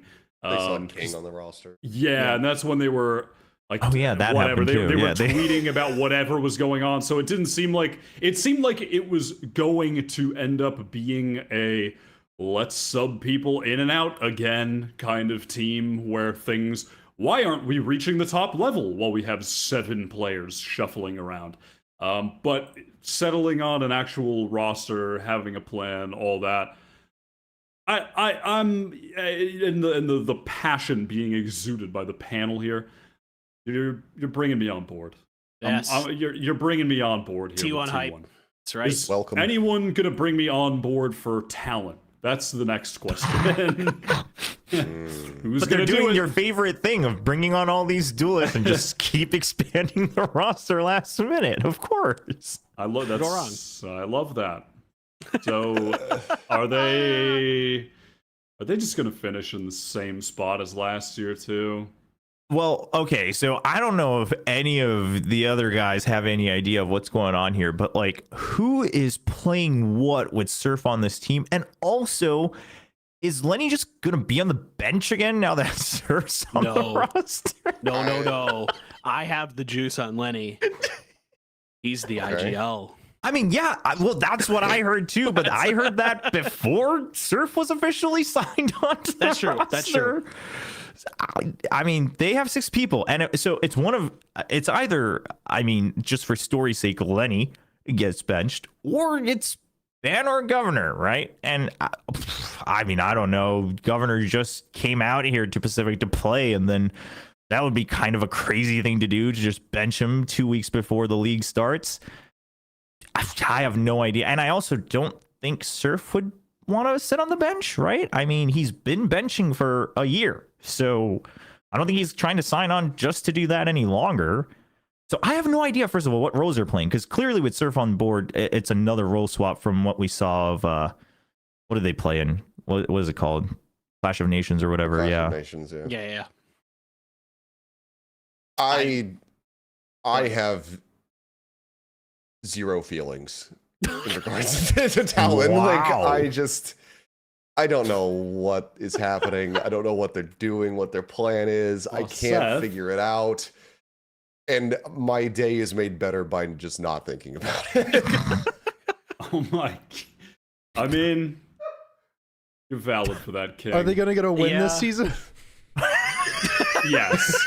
Yes, they're getting. Yes. Probably. Yes. Probably. Well, actually, yeah, because we all They're said getting a that win. DFM won't. They're We know getting that it. They're Talon beating will get a DFM. win. Yeah. They're beating I'm not DFM. convinced, Lock it but- in. I want them to. I like the guys on this team a lot, like in terms of like some of the things we saw last year, but like Ban consistently improved. You know, Jip Boys looked really good at times. Cruz cuts kind of up and down, but I don't know how much of that is just like the whole like just them not deciding on a roster and trying just things that were so far out of left field, you know, like the triple duelist on split and things like that. Like I'm worried that with Surf now sliding in to the DMs here for Talon, like what are they going to do? Is this going to be more roster shuffling? Is this going to be more role shuffling? You know, I felt like when Boy got there, it stabilized a bit, but now it's like I suddenly have these alarm bells going off in my head, like we're gonna have the same problems as last year. We're gonna try all these weird things, and I'm really worried that that's gonna happen. I don't want it to, but I'm kind of with these rest of these guys. I don't have a lot of strong feelings because I don't know what to expect. I also, first of all, I'm really glad to see Surf back, because I always thought he showed so much potential when he used to be with the, well, I guess we can't even say that anymore because the core of the Talon squad is now gone, but the old Xerxia, I thought he was very promising. I think it was just very clear that he was raw and he was young, right? He would kind of overheat and things like that, but I thought his mechanics were very good and he had pop-off moments, so that's cool. It is a little late to try to bring in more Thai talent and regain some faith from the Thai crowd, because they really lost a lot of that during the offseason. But on top of that, okay, so they bring in Frost as the new head coach. Then you have Boy, right, who also comes from NA. And then you have Ban and Governor. So it's like, okay, you're going in this direction, which, I mean, in terms of like Valorant history and Valorant theory, sure. I mean, it could be very good. I'm down with that. But I don't know if it's going to gel well with the players like Lenny and Surf and Jet Boys, right? I just feel like there's going to be such a clash in terms of how they view the game, how they think about like coaching and team chemistry. And I don't see it being worked out in a year, if ever, right? So that's where, I mean, this is obviously very intangibles and it's very like cultural stuff and whatnot, mixed rosters, but the as far as I know, the personalities that I've come to know from these players and coaching staff and the styles they have, it's going to be very hard to make it mix. So all props to Frost and Boy if they make it happen, but it's going to need some magic. Yeah, one of the bigger concerns that I just have is, again, going back to just calming in English and whatnot, that kind of thing for the first time, because from what I can recall, I could be wrong, but I really only remember like Cruz having super strong English on Talon last year. Patty Pens is pretty good, but now he's out. So it's like, how is the English for Chip Boys and whatnot? How is the in-game communication going to be going? How's the communication during just a tactical timeout? Like, you've got a minute for Frost and or Boy, whichever one's on stage, to come in and talk. And if a lot of that has to be kind of like side translated, or it takes a little bit longer to get the points across, then that is just wasting valuable time in that 1 minute that you have. So I have concerns about just how the inner workings of the team is going to go. I hope, and I think with Frost and Boy, at least there, that we probably don't see them like throwing in the same way that we kind of saw Talon throw last season with like triple duelist on split and whatnot. Like, I don't think any of that nonsensical shit is going to come up again. It's a which that's at captivating least a story positive. arc. But They're not throwing. That's a step in the right direction. It definitely is. It definitely is. Yeah, I hope they, I hope they do well. That's all I can say. I can't say I'm a fan of what they've done in the past. I can't say I'm a fan of what they've done recently. I can't say I'm a fan of letting Fox go. I can't say I'm a fan of signing 15 duelists to a 5-man roster. But I hope they do well. We just saw Global do this, and yeah, they did have some good performances, but like, I feel like we've already and teams have already they have reaped the consequences of signing too many duelists far too many times in the past to continue making this foolish error. It was but last season that banned was promising duelists from North America was signed to T1 only to play Viper. A promising Jet career gone to the controller. And did he end up being like okay? Yeah, he was okay. But when he was playing Duelists in NA, he was really fucking good. So do I want a guy to be really fucking good or to be pretty good? I would prefer really fucking good. But that's just me. Choice. That's just me. I'm glad, they're getting signed and getting paid and all that, and I wish them the best, you know what I mean? But I just can't get behind the constructing teams in this way. I just can't do it. I can't do it, Seth. I'm right there with you. It's frustrating. I do think overall, for anyone who might be like curious about Pacific, but you're like, I don't even know what's going on with Talon. I think this is just like a less emotionally invested Gen.G situation of like a lot of these guys, this is kind of going to be their last chance to do something in tier 1, right? They've been around in both tier 2 and tier 1 for a while. Yeah, you're right. Coaching staff along, but it's also but it's not as captivating as Gen.G's story with the whole like Korean arc of can they finally, overtake DRX and go to international things like that. It's like, well, can they finally get a couple wins, right? Like that's the peak of that story. So there's not much in it. Well, I mean, if it doesn't work, hopefully it's not the last chance for Letty, because he's barely gotten to do a damn thing. He's just been fucking sat on the bench forever. The one time he got put in. This is your last chance, Letty. Also, you're on the bench again this season. You better get us wins. And there's a real possibility that the one time he got to play last year was an accident. Right. Like somebody screwed up. It did not look very well planned, to say the least. Your first and last chance, buddy. I don't know what to tell you. All right. Let's keep it pushing. Team Secret. They've only replaced one player heading in 2024. Dubstep is out. NDG is in. How are we feeling about Team Secret? For me, they were very consistent last season. I thought I got, every time I watched them, I got exactly what I expected. And it was very solid. It didn't end up being enough to get them over the finish line of actually making it to an international event, but they were always solid, mid-upper table. Is this going to take them to the next level, Chober? I actually think they have a pretty good chance. I mean, I'm seeing a lot of people be fairly just like mid about Team Secret, which quite frankly is what a lot of us did on the official broadcast last year, and we got a lot of hate for it because they did make a lot of upsets happen and they climbed quite far. They got very close. But I'm with you on that, right? They were very consistent last year. Clearly, they were in I wouldn't say a great direction, but they were definitely at least in a very okay direction, a positive direction. And then I would dare say that they have a very convincing firepower upgrade, right? I mean, Dubstep had some moments, but he was starting to not be as consistent. So he was one of those players that wasn't really keeping up with the consistency. So I think NDG coming in on paper was supposed to be a very good firepower upgrade. Again, not too many matches played in the offseason, but from what I saw of their Predator League performance, NDG, I mean, clearly all that grinding on ranked paid off. I mean, he had some really good movement. He had some crispy aim. So I think he's definitely an upgrade. The biggest question for me is now that would seem to suggest if NDG is playing Sentinel, Jeremy is indeed going to be the main duelist. Obviously, it works out if they're going to continue to try to stick to Raze on every map.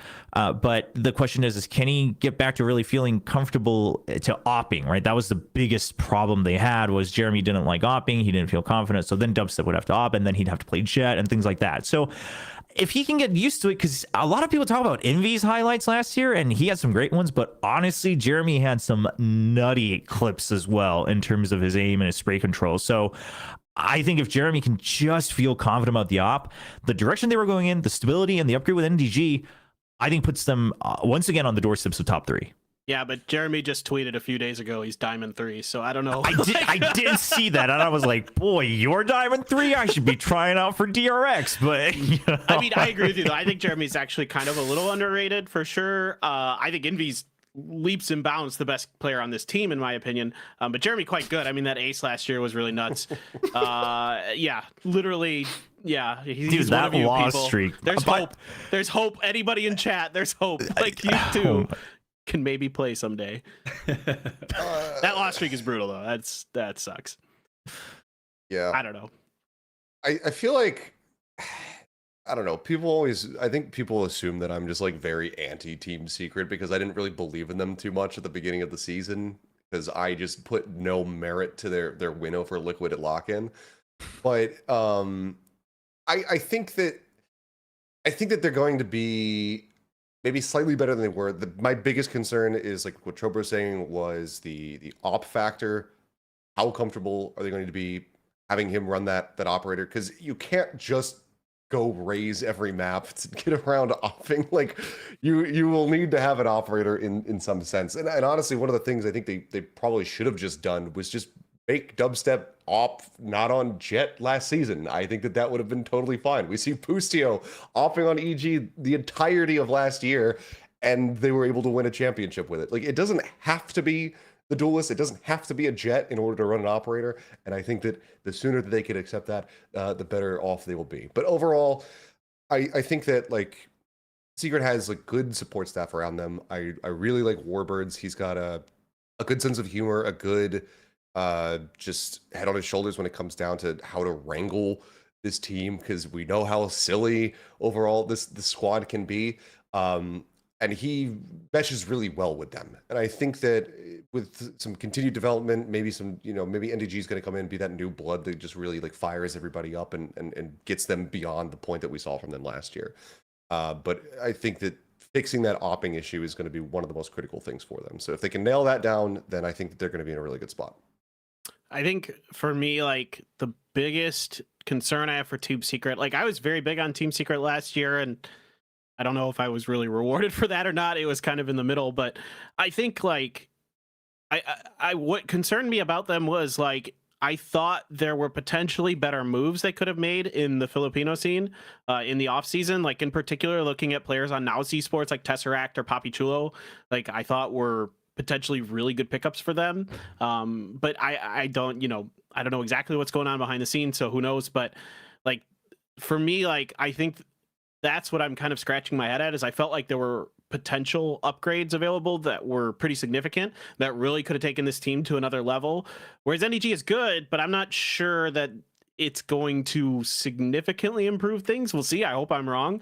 I still think Envy's nuts. I mean, yeah, Jesse's old, but he's still a very smart, very sturdy player. I think he's like literally like 12 years older than Warbirds, by the way. I think Warbirds is like 22 and Jesse's like 33 or 34 or something, but or maybe he's younger than that. But, like, I like the pieces on this team. I was really hyped about them last year. But this year, I'm just not feeling it as much, more because I felt like they could have done more, and that's kind of where I'm at with them. Like, I still like this team. I still think they're going to do pretty well. I still think they're better than a couple of the teams in Pacific for sure. But just, like, was it enough of an upgrade to really make a big enough difference? I don't see it that way yet. Gotcha. Yeah, Man, I'm like getting ready to test the waters here on how badly I want to piss off an entire fan base. But I mean, Dubstep was not the player that I would have removed on this roster. I think that Seth. I would have looked to try to find a flip for Borkum, to be honest, Yes. if I was them in the off season, and Yes. that's Why what had not me both? scratching my head. I mean, hey, you could do that as well, and just get some younger Talon in, but I I had very few times where I was watching like dubstep play and I was just like, man, he's really a problem right now for the team. Like I never really felt like I had that. But you know, it be what it do. Everything's said and done. The season starts in 16 days. Let's go. This would lead us to believe that you did feel that way when watching Borgo. Yeah, So we're clear. If that's your interpretation, Yeah. I can't stop you from having that. All right. Another team that made but one change. What is it? An upgrade? Is it a side grade? Is it a downgrade? Paper Rex. Jing. He's gone. Monyet. He's here. Except Jing, is he really gone? He played a little bit, but now he's gone. And now it's really Monyet for real. And I don't know. Will they be better? Did Jing deal narrative? Did Jing pollute the well of Valorant commentary by appearing in that one tournament and then like doing slightly better than Monyet, and they like won a couple games with him or something? I forget exactly how it went, but I swear, wasn't there a game where it was like they lost with Monyet, Jing came in and they won immediately? Yeah. Yeah. I mean, that's Jing is just trolling this man's career. No. Where was Jing it? is ensuring that he can come back later. It was the initials. Yeah, I think it was the Sentinels first game. Sen game. Initial Sentinels? Yeah. Okay. Okay, anyhow, guys, let's be serious. Is this team in trouble, or are they going to be basically the same? Or will they maybe even do better? Because Monyet was he was a nasty man last season with Global Esports. What do you think, Seth?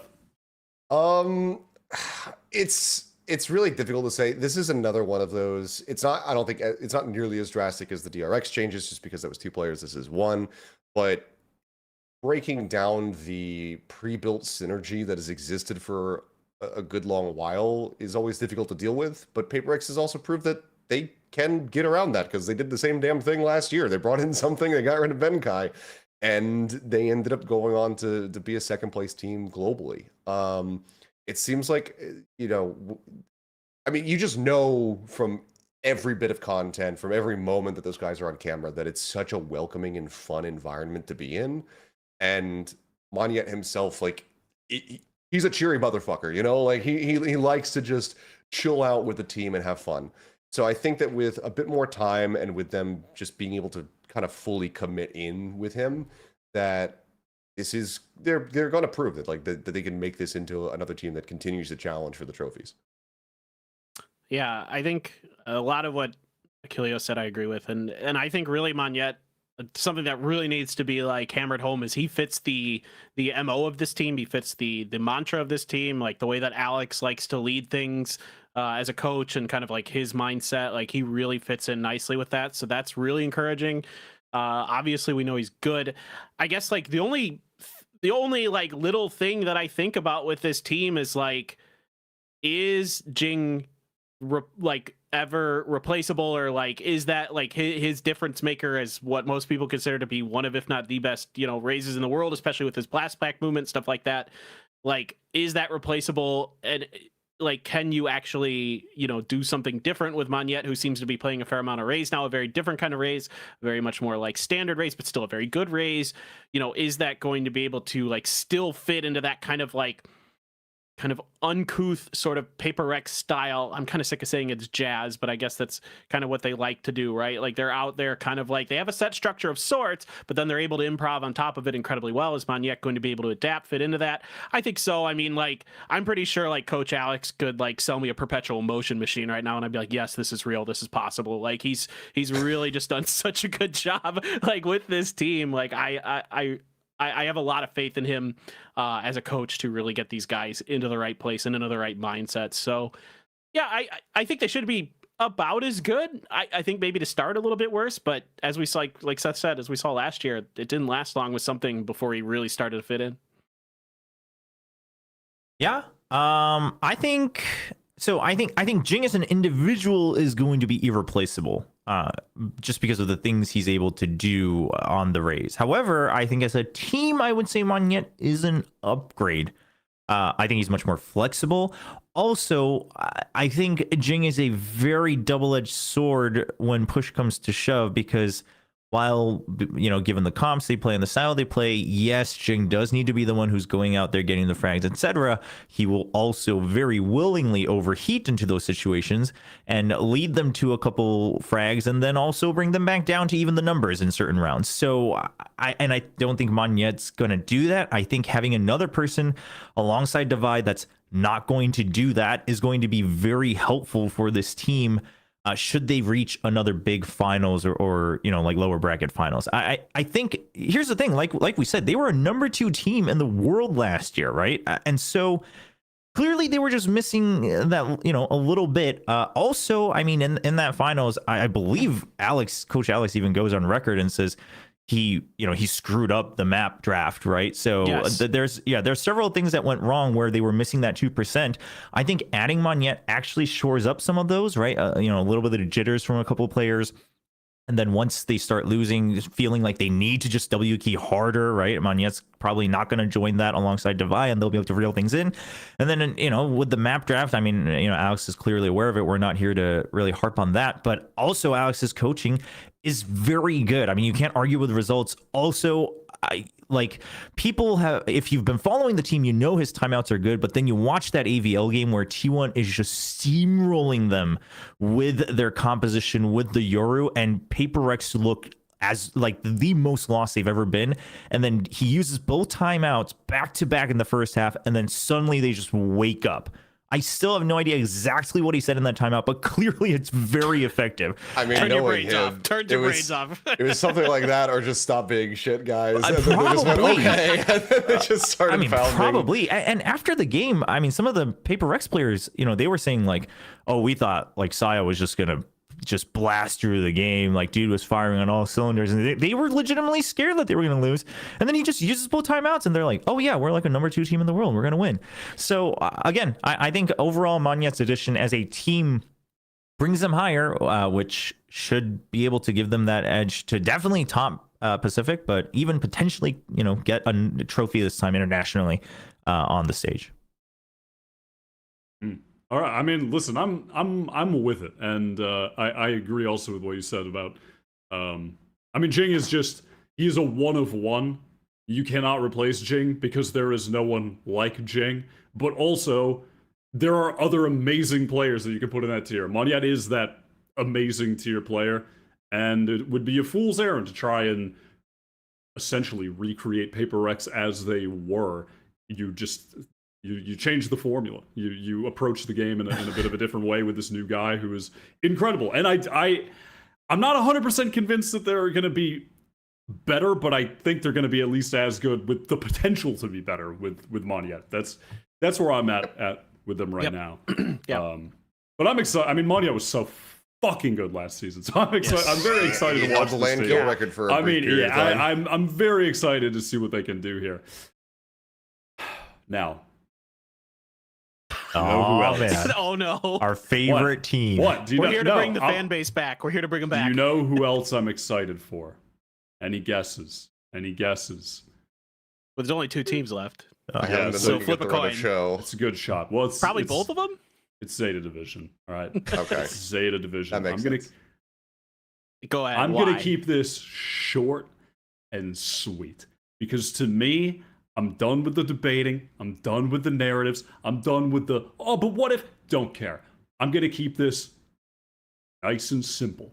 Guys, what does 2 + 2 equal? 4. Okay? Why do I say that? Because the math here is fucking simple. Last season, and for years prior, they had 2 players who were not good enough to compete at the level they were at. And it was very obvious. Even with that being the case. How is it 2 + 2? Shouldn't it be like 5 - 2? What math are you doing here? No. I'm illustrating how simple of an equation this is. I'm talking it's analogy, not simplicity. actual math. Okay. Sorry. The flow. Go ahead. The flow. They had 2 players who simply could not compete at the level that they were at. The level for the international stage for sure. Not even the level for the regional stages, okay? And they were dealing with that situation for a long time. Regardless of that, they were still able to win the LCQ and go to champions, which is ridiculous. And then, finally, they make changes. They could have brought in literally any two fucking players on this planet. And they did it, except they're good players. Except they're very good players, which is even better. It's even better. Okay? They bring in two solid players. They have a rounded out roster. So what am I saying here? They made it, they fucking won the LCQ, and they still had good results with a team that was clearly not well-rounded, that had way too much on the shoulders of Depp and Laz. Depp, who, by the way, was fucking phenomenal last year. And now they have a full roster of players that can compete. Guys, they're gonna be way better. That's it. And that's all I'm saying. It is not some convoluted shit. Who wants to talk next? Who's going? Any follow up? No, I mean I'm maybe a little bit less enthusiastically, but I'm right there with you. Like, I think all of us were collectively screaming last year to see some changes. Like, I mean, now we see him on DFM, but one of the things that I thought at the time, at the start of the season, that could have been good for ZETA was like getting somebody along the lines of like JoJo onto this team, because he's fluent and he can speak Japanese fluently, he can IGL, and he can also play a really solid initiator role. Like that was something that I wanted to see, because we wanted to have these changes come through.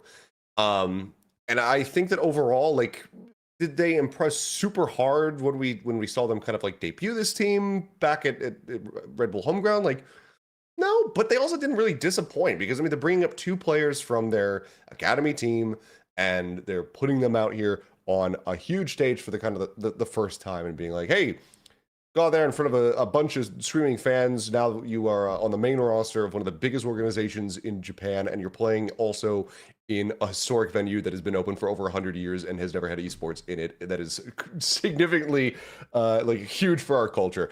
Have fun, go out there and do well. And overall, I felt like they did.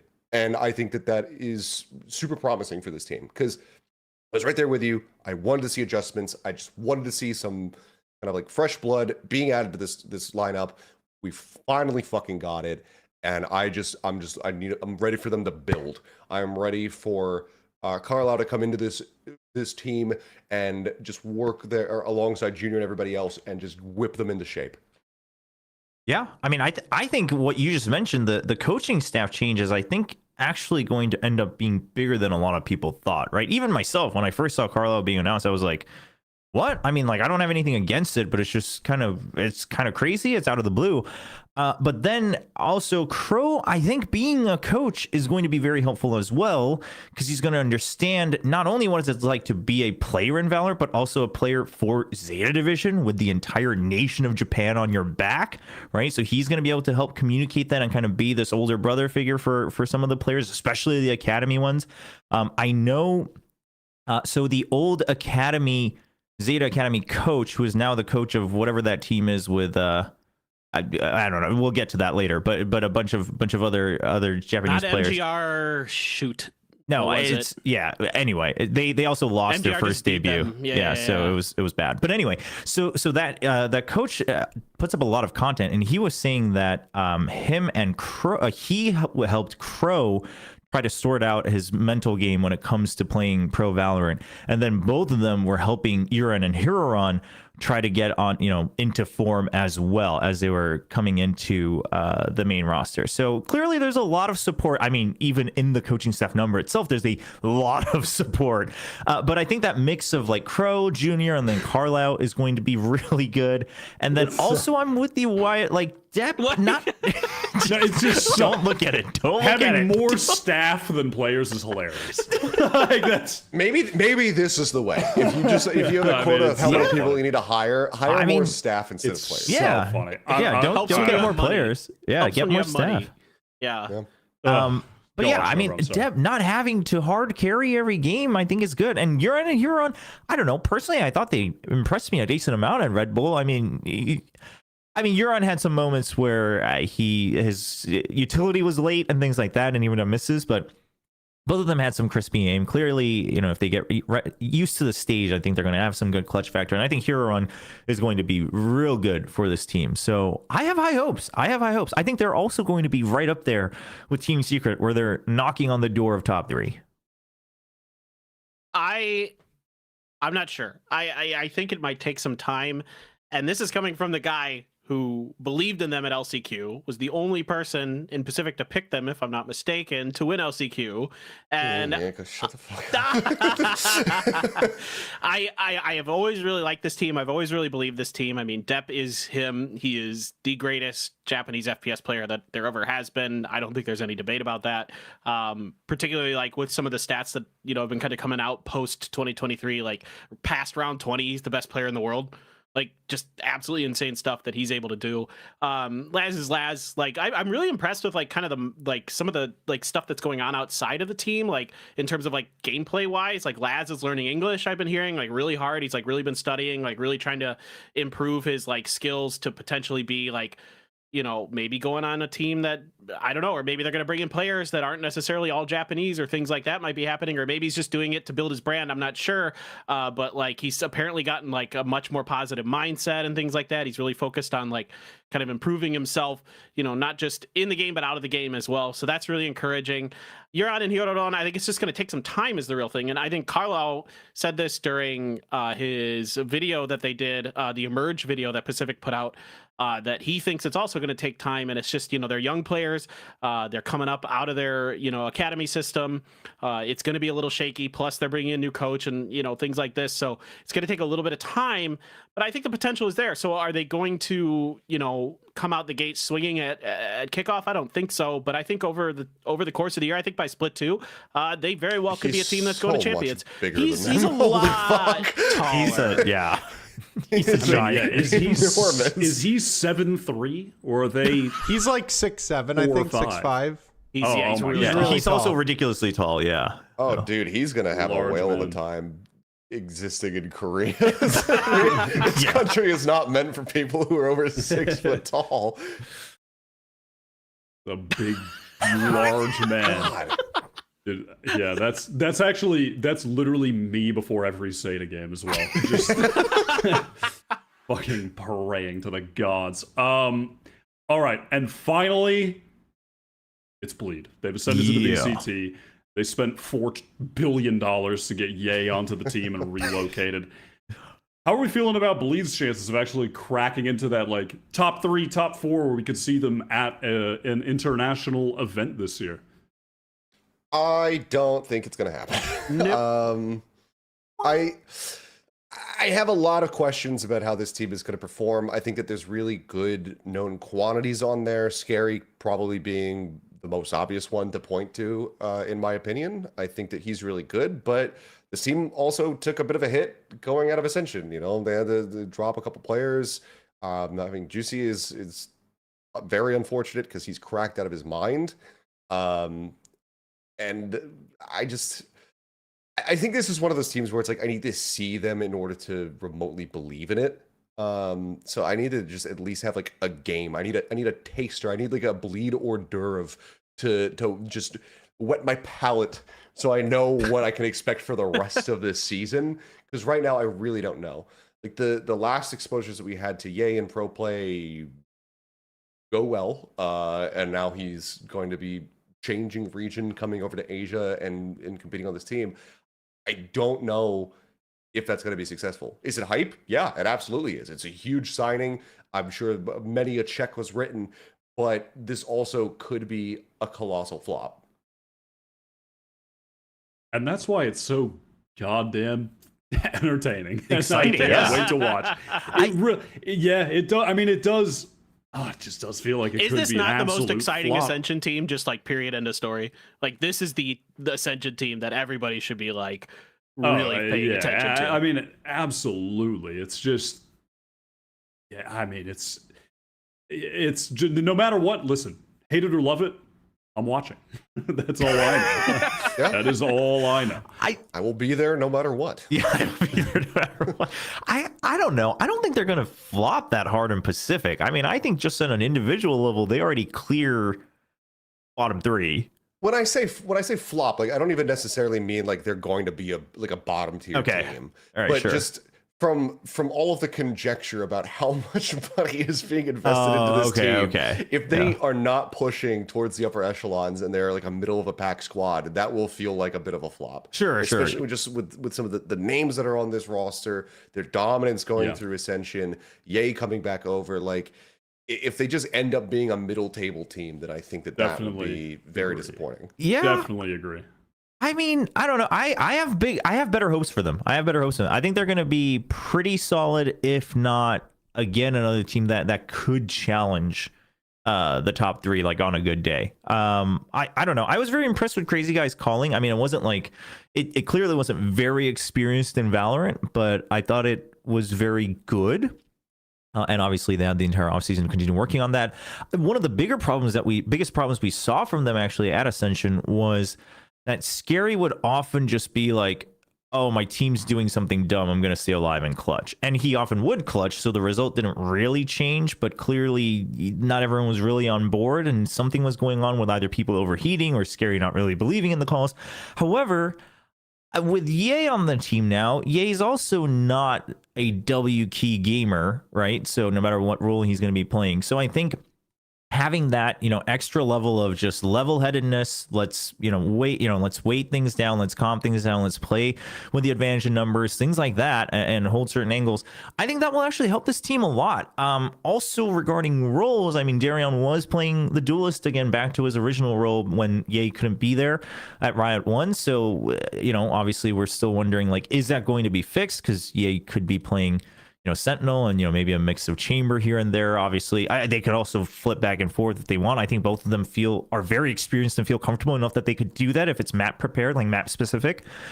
So I think there's a pretty good chance that they're going to be very good. I think they're going to be solid at least. Yeah, I mean, I don't know. I think they have all the ingredients.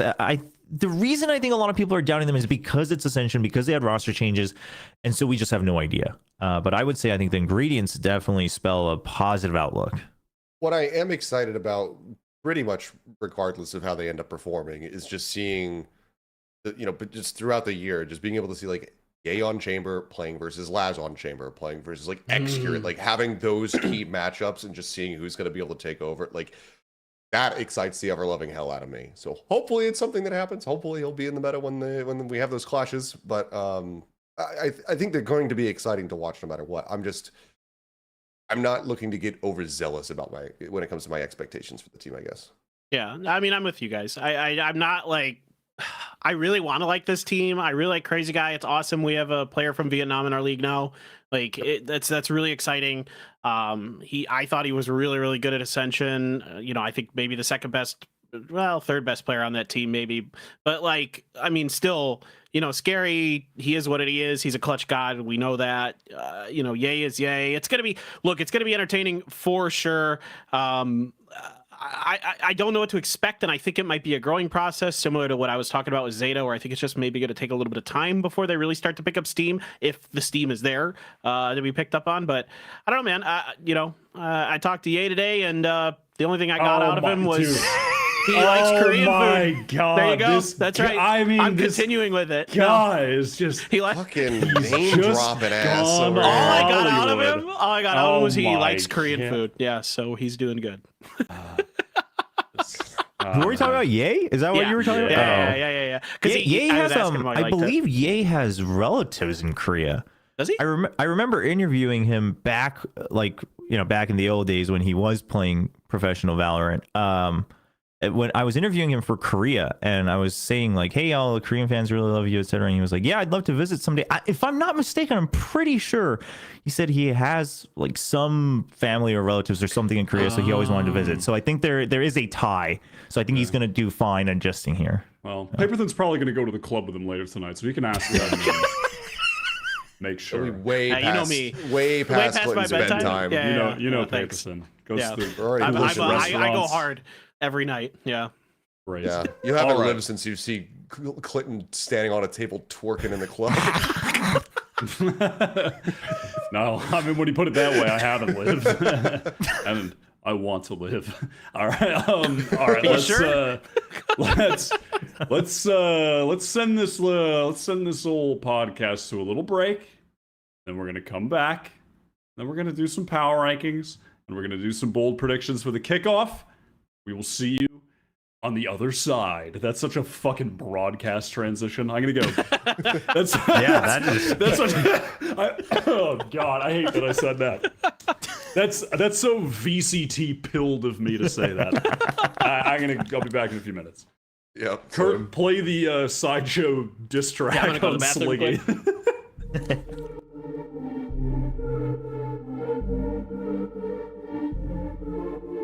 Sliggy, I've seen the YouTube short, you little fuckhead. And this is me and Bren coming back at you. You thrown all my games, you slandered my name. You calling me out over TikTok fame. I'm gonna club this slug and fuck up your mug. Your strats are malformed like the face of a pug. Your VCT legacy is all but a smear. Time for someone to sage out your career. I'm the prototype, stole my whole scene. I'm the original, you're the knockoff Coast Street. You got 8 chances, down from 10. I'ma write your will in epic pen. You come on Plat Chat, can't get a word in. This beatdown will make you back to observe it. Chair streams, no cash, your survival's a gamble. Bald head, lush stash, here comes the egg scramble. All these bars was written by chat, just like how Bacon made every strat. My premier team, #1 in the scene. Coach Potatoes strat like calming cause, scream. You hating on little buddy? Well, I'm bringing in mine. Bren, time to go. Spit a fucking line. Your team's all got battered. Fish and chips, 1, 2, 3. Your only good part is bacon, that's why they call you Piggy. Your strats are made by bacon, yet you can't even fry. This is Valorant, motherfucker. You get shot, you die. Cat. They got 1 chance to close this out. Sliggy, I'll give you 1 chance to close your whore mouth. Bren, you're being aggressive. Don't be a twat. I think it's over. We've owned him, chat.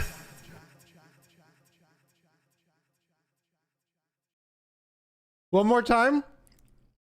One more time. I was downstairs. I like Sideshow's verse, and I missed it. Yeah, it's good.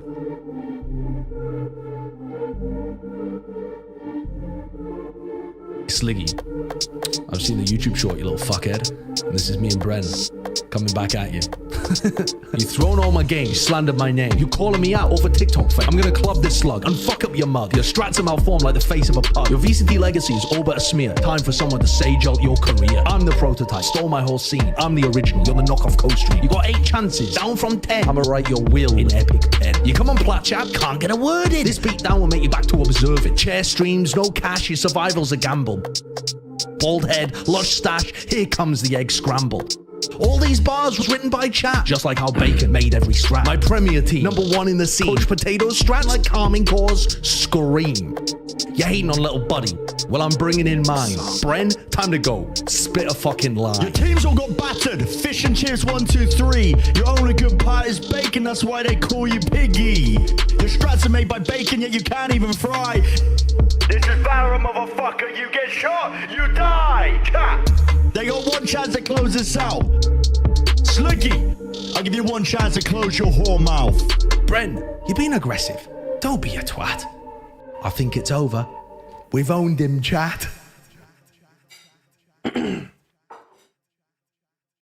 Poor Sliggy. That's all I have to say. Poor guy. Career Call him a whore. ended.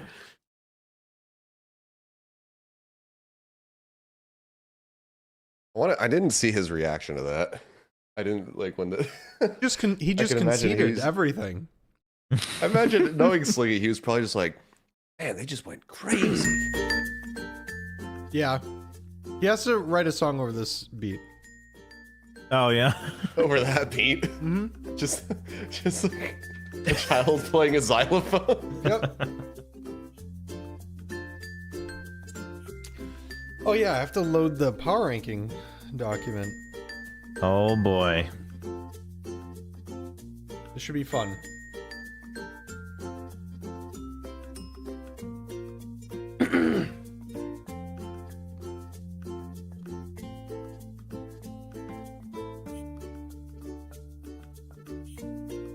Well, Wyatt is back. And we have 30 seconds still. Wow. God, I kind of want to spit something over this beat. Do it. You have 25 seconds. No, yeah, This is gonna be. This should be the beat for Sliggy and I to respond to Josh and Bren. I was just saying that before you got back. Dude, Do it. Sliggy better drop a response. Just open. I just tabbed back over to the stream, and then where I paused it, I just saw the screenshot that's there. It's Clinton. He looks like he's perpetually sneezing. all right. We are Putting it in the Discord. Wait, what is this? What? That's just Where where did I you happened get to pause stuck the like stream.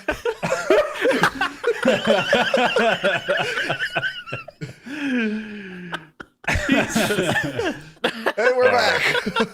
And welcome back to the broadcast. What do we got up next on the docket? It is the Pacific 2024 Power Rankings. Let's debate. Number 1, Paper Rex. Kurt, pull up the graphic. And then number 2, we'll figure it out from there. We will figure it out from there. There's Where's no Paper question Rex? about number 1. No, Yeah, there's no literally question. no question. No, Now, no. honestly, from here, I think it's actually very chaotic. It took us about 3 seconds to do the one for Europe yesterday. I think this one is going to take a while. I say that, and it'll watch this one also take 5 seconds. But Do we work from the bottom up? yeah, DFM. Yeah, let's do Yeah. that. Probably. Let's get DFM down there. And then let's go ahead and get Talon next. Talon. I Yep. think it's Talon. Talon. And then. Oh, Yeah, it's gotta be. Yeah. Right, given the field, I Right. think it's Global. Yeah, I mean it's not so much. I don't think Global is a team that deserves to be in ninth, but also the competition's pretty strong this year. So Yeah. I want to be on record say I think they'll do a little bit better than that, but yeah. I'm inclined to agree, but I also just don't know who I would put below them. Yeah, it's hard to say on paper, right? Because their on paper roster doesn't wow you, but Yeah. they yeah, could win the games with the structure. But you know, all right. Do we want to keep working from the bottom or start hitting it from the top? I mean this is where things get a little iffy, right? Like, what if you go with rank 5? Like, I wanna know throw who one in the middle for one? I want to lobby. I want to lobby for T1. I think T1 is going to be number 2. I think overall, like, number I think two. T1. I'm lobbying for it. I'll see if other people got opinions, but I don't know why. Maybe I'm just buying into their like straight up, just like outrageous confidence that they have. Like, but I think they should be pretty good. I think. I mean, I was with you actually for the longest time in the off season. When I did my own end of last year before we entered 2024, I put T1 in 2. But again, the more I think about it, I'm like, I don't know if they're 2. The only thing is, if I'm not putting T1 at 2, I'm putting RRQ at 2, and I feel like none of you guys are going to agree with that. So I will hold my case for the time being. Seth is starting to really cringe out there. I mean, look, I like RRQ, and I think that they have a ton of potential, but I'm a little bit more aligned with Clinton as far as the top 2 goes.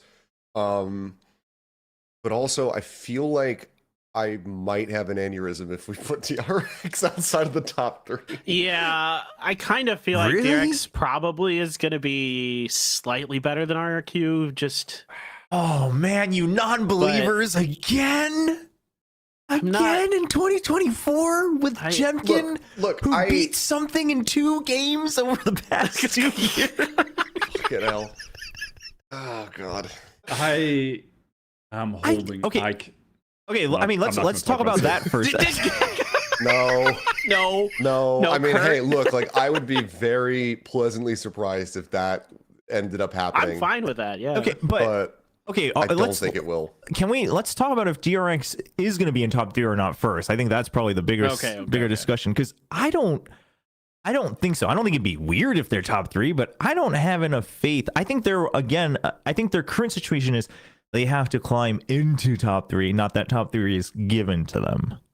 Yeah, they're gonna have the workhorse qualification route. They're not just gonna be able to beat these teams in the middle of the pack with ease like they did previously. I think they're gonna have to put some serious work in every single game to get it over the finish line. There's gonna be a lot of 3-map games that, hey, they can win it because at the end of the day, they have that core.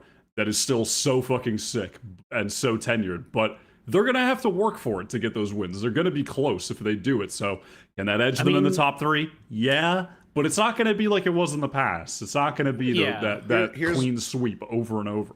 Here's my question: Are we power ranking for kickoff or for the season? Oh, I figured for the year. It's just for kickoff. It's like, yeah, we're just heading into the year. Oh, If this this is just for kickoff? If this is it's just for DRX kickoff, down in 4th. Yes, this is for heading into kickoff, rating the power of the teams. Oh, Heading into kickoff. Yeah, it's nothing to do with the whole year. It's just power ranking. Right now, we're heading into kickoff. What are we feeling? then I'm fine with DRX and 4. We're heading into Yeah. kickoff. yeah, I am 100% DRX in 4th for kickoff. I mean, I do have this weird thing in my brain where I feel like DRX might have something like cooking, like they did with like the Harbor strats on Icebox at the beginning of last year, or like the triple initiators on Ascent, stuff like that. That might They like better just kind have of something cooking, dude. Jesus Yeah. Christ. Well, I'm starving. I've come home for the last several months, and Mom has had nothing on the stove. You are- Please, Termy, make something. I need sustenance. I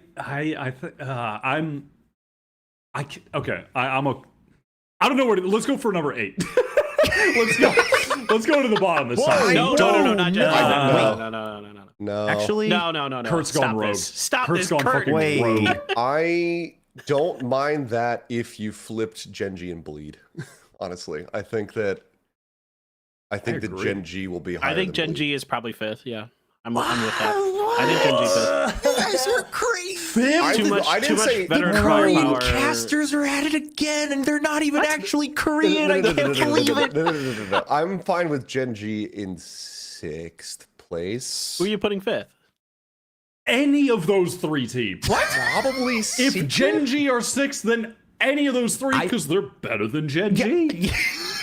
I agree. I would put Secret in 5th. I would put Secret in 5th, if not 4th. I think they would be tied with DRX I don't for think 4th. Secret. 5th. I don't think Secret has the firepower. I think they're. I mean, realistically, like Gen.G. We're back to the paper than Oh, 8 secret no. narrative. I don't. the I'm the narrative's opposite. back. I was all aboard the Team Secret trade last year. This is not. This is. I'm just not as high on them this year. Maybe I'm just a little jealous that they are not jealous, but a little upset. Thinking bracket wise, I think we could put Gen.G in 7th because Well, yeah, they're in yeah. with RRQ and Paper Well, Red. They're in the group of death. Yeah, if we're That doing group is like a brutal. bracket, yeah, then So realistically, Okay, you know what? Yeah. I was getting a little too excited about trying to put Bleed above them. I think that's maybe pushing it a little bit too far. Yeah. Could Bleed beat them? Yes. You're on that NA. But Big time. no. Trust me.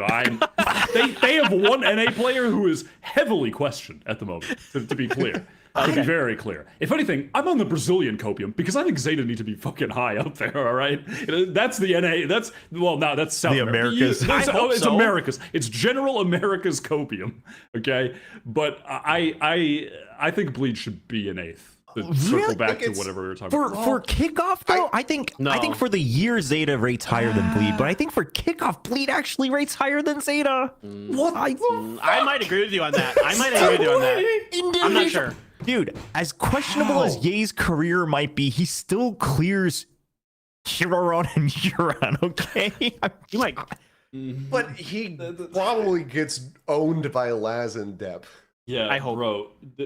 Depp. And Laz and Depp Depp are alone owns Ye. enough. I think carried Depp- ZETA like Laz- last year. Laz just played Chamber and they fucking won LCQ. Yeah. Like, that's all it took. That's all I said. That's all I said before LCQ. I'm like, just play Laz on Chamber and everything is fixed. It doesn't matter. That's all you need to do. And that's what they did. And I was so happy. I was like, yes. I don't There is know, a god. dude. Like, Oh man. Honestly, also, I'm inclined to just say I would say Gen.G 7th, Secret 5th, We're trying to sneak in and Gen.G. then, I don't think and then Secret's ZETA gonna be that 6th. good.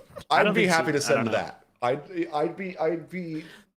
Dude, could sleep Secret tonight. definitely over ZETA. Secret, can we agree on that? No, Clinton, you're going crazy. Secret, I don't know, man. Maybe. I'm just not sure. It should be, I think. I think Dude, Zeta's I not going to be that can't. good to start, but I think just because they yeah, have for only- kickoff, right? Not for the year, not for the I think year. you gotta I would shift like they had one Gen.G ahead of moving both part. of them. That's all That's they where I had would was go. one moving part. So I feel like Secret probably ahead of Zeta. I mean, the Yeah. problem with this power ranking is right. Like Gen.G is in a just dog shit group, and like Well, I Team mean, Secret is in a pretty easy group. sure, So, but Well, Secret. I'm talking more like 100% power got. rating, we though, can right? throw the bracket out, light the bracket on Okay, fire, throw and the throw it bracket- out the okay, window. okay. It's just straight up power. then I'm putting Gen.G above Team Secret and Zeta Division right now, personally. I've been speared through my gut.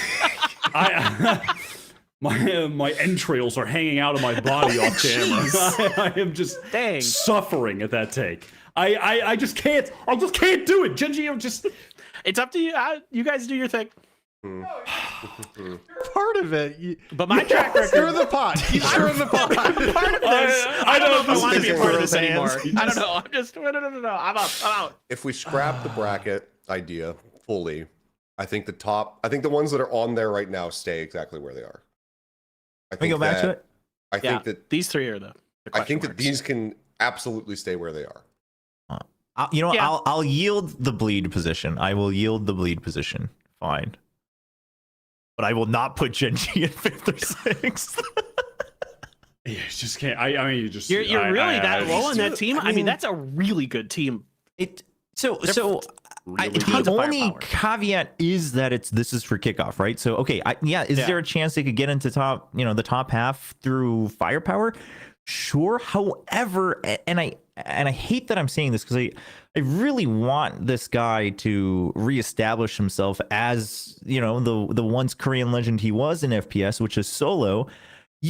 Clinton, you just said it yourself that No, I'm not big Estrella on mentioned that the reason he likes RQ is because he actually has some freedom instead of being just stuck in a playbook, which is what Solo has done forever in Valorant, both as an IGL and a coach. And that got D plus Kia to be knocked out in groups in Ascension. Okay. I do not have faith, especially bringing him in this last minute. I don't know. I think the only reason I'm rating them high right now is because I think that structure actually will work out in the beginning of the season. I don't think over time it's going to be as good. I think that having that like natural kind of similar idea, similar cohesion, especially since I'm pretty sure Texture and Locky have played together for sure, right? And like I think there's just enough comfort there that they're just going to be a little bit more prepared. And I think the firepower is just a little bit better than Secret. So that's why I'm kind of going that way. I agree with you that over the long term, I don't have a lot of confidence in Solo to adapt. But I think at the start of the season, things should be I think pretty... Solo's gonna come in, whip Kraken into kickoff, man, and they're just gonna freeze in their seats, and then Solo's gonna have to walk up to Karon just like he did with Bangnan, which, mind you, Bangnan used to be one of the most promising players in Korea, and Solo had to literally tell him, put your flash drive away and start shooting your gun, because he was so scared that he might go off of the playbook, and then his career just ended. All right, that's what's gonna happen at kickoff. Yeah, maybe. God, I mean, Okay. I agree a lot with what you're saying about Solo. Maybe should we just put Gen.G in 7th? I'm worried they're going to break RRQ's hearts again. Like that. Don't do that to me. No, don't That even talk could about that happen, to me right now. Let's just say fuck Seventh. it. Put them in 7th, All right, and all right. they're higher than Bleed because they beat Bleed 2-0 at Ascension. There you go. Okay. Org combat. Zeta Secret. My brain says Secret goes into 5th and Zeta goes into 6th. Just because, again, it's one less moving part for them. Whereas, like, in addition to 2 players being brought up for Zeta, it is also the overhaul. And with Carlisle himself saying, like, this is a long-term project and something that will take time, I'm not necessarily expecting it to be a super explosive beginning for them. I think that Zeta absolutely could, make a good run. But I'll agree with this. especially, I mean, I think especially considering their group, as long as they're able to beat Bleed, then I think that Zeta will be through to the playoffs. So Yeah. Yeah, I think for that- kickoff, this is right. I think if it was the year, I'd be inclined to actually flip those for two. the year, I would go 100%. very, Yeah, very but I different. think for kickoff, Zeta just needs more time to cook, right? Yeah, Right. they This didn't look is a great against stew. Bleed, It's yeah. not an appetizer. It's not a salad. It just needs to simmer a bit longer. And why it's just I'm fine. losing it. No, I just. I just don't. They didn't like Zeta didn't look great against Bleed at that event in Japan. Riot won. So I am also kind of in that boat where right now I don't think Zeta's going to be there, but I think over time they could be really, really good. They played one map in a Yeah, it doesn't mean a lot. show match tournament. And of course, Carl, I was going to say that they need time. That's the coach thing to say. That doesn't mean it's true. It doesn't mean that they're not ready to go. That's just the thing you say. It's just Hold on. Fair point. Maybe though for kickoff, I just thinking about it now. I think Depp hard clears Jeremy before he gets more used to being main duelist. I mean, even just normally, but especially like opping. I don't think Jeremy's. Hold on. Why gave me just enough time? Depp clears almost every duelist. Also, in a tournament that in the Red Bull tournament, which holds more weight than Riot won, they did pretty well, especially considering Depp wasn't there. They went 2 for 2 on maps with C9 without Depp. I mean, that's listen. I completely That's forgot he didn't play. That's he wasn't promising. there. I was so mad. He wasn't there, and they went 2 for 2 on maps with C9. That's pretty solid. I have to see Zeta in 5th. All right, fuck it. Put him first.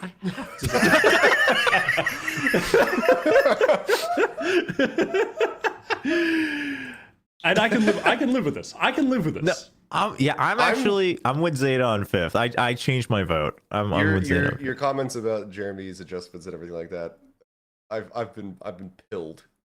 But to be very fair though, there's a lot of teams.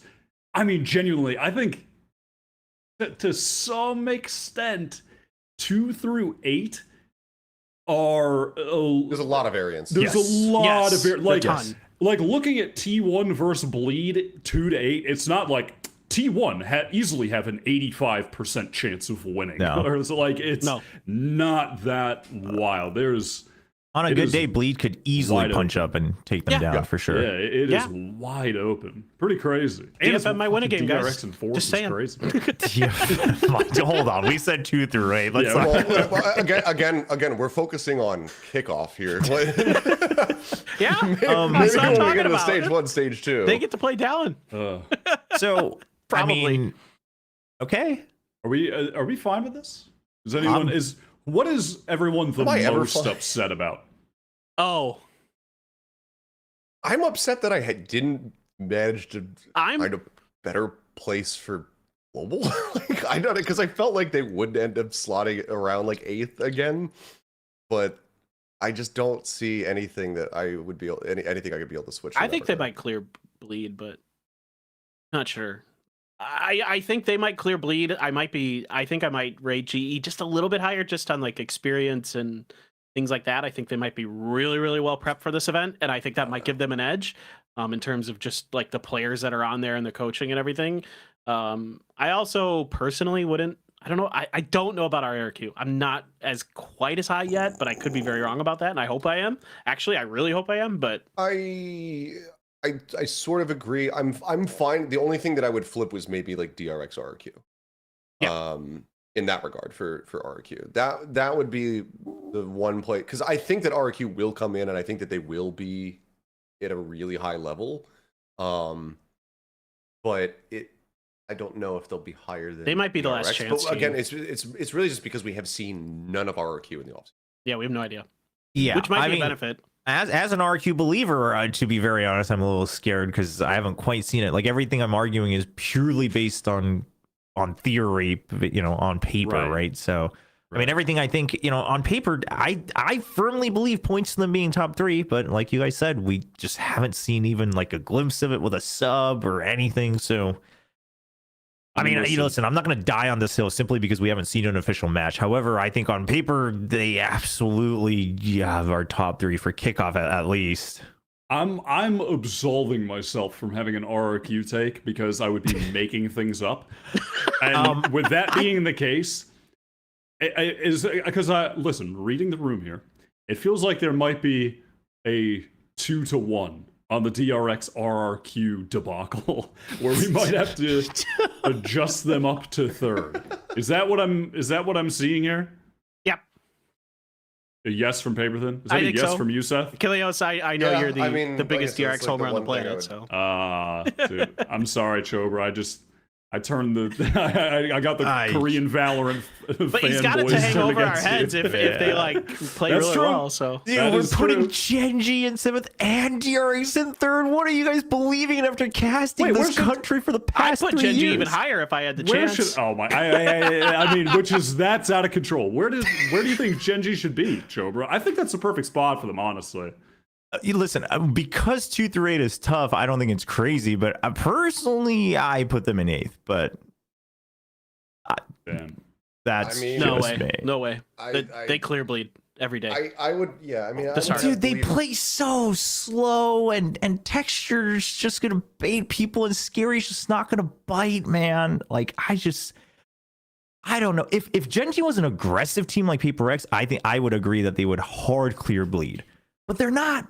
They're not. I mean, they're individually talented, but they're not. They're a very slow team. Yeah, they're very balanced, but I think that's just gonna beat a lot of teams out the gate at the beginning of the year. I don't know. I could be wrong, but And again, Locky and Solo, they 2-0'd bleed, so fucking Gen.G goes into 7th.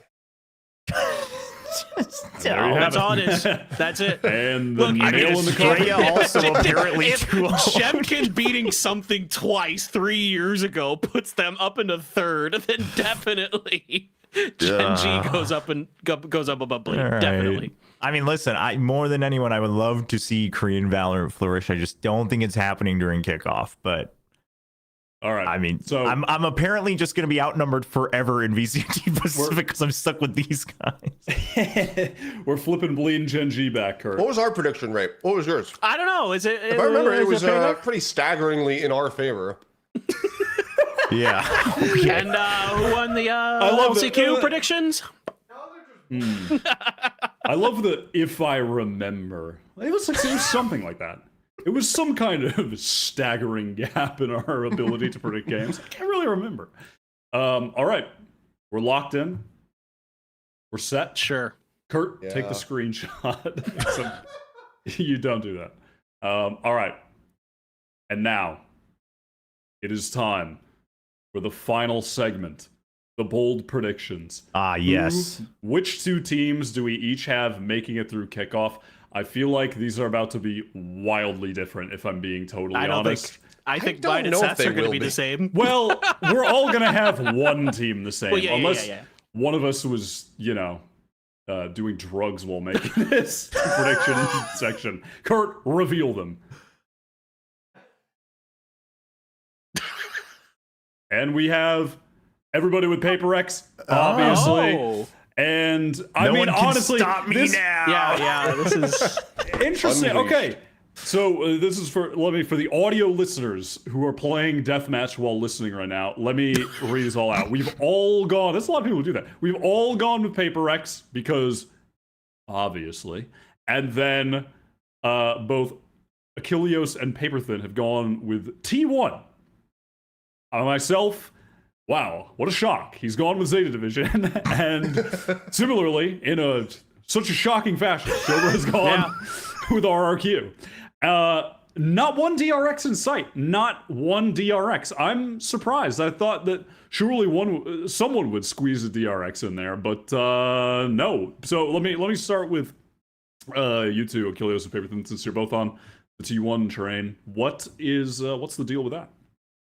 I think just from what we've seen from these 2 teams in the offseason, I think that there is already a really good structure in place for them. And I think that these are 2 squads that are going to come into kickoff really hot. I think that they're going to be able to kind of ride that momentum because it's a fairly short tournament to be able to get over to Madrid. So I think that just a lot of the other teams are going to take a bit more time to kind of like get up to the level, just given changes that we've been seeing across the board.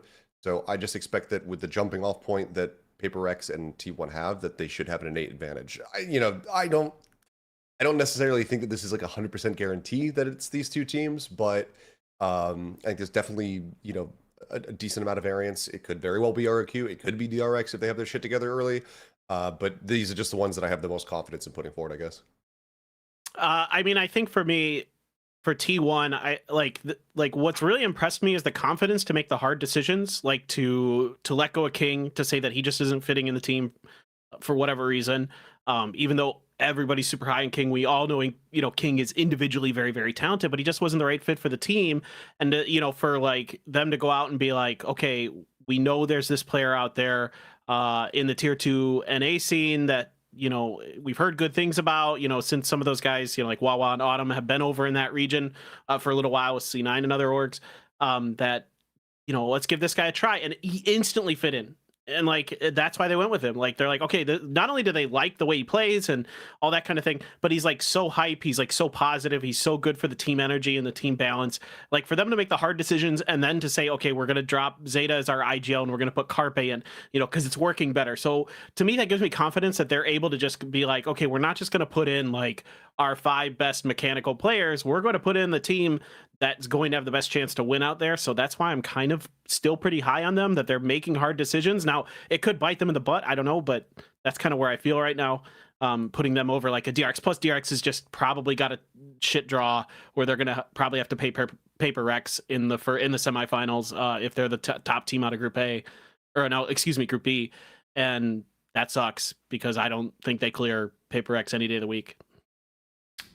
Yeah. And it's a single limb. That is a big factor with DRX, unless the Group A team also wins the play-in, thus shuffling the playoffs in this convoluted ass system.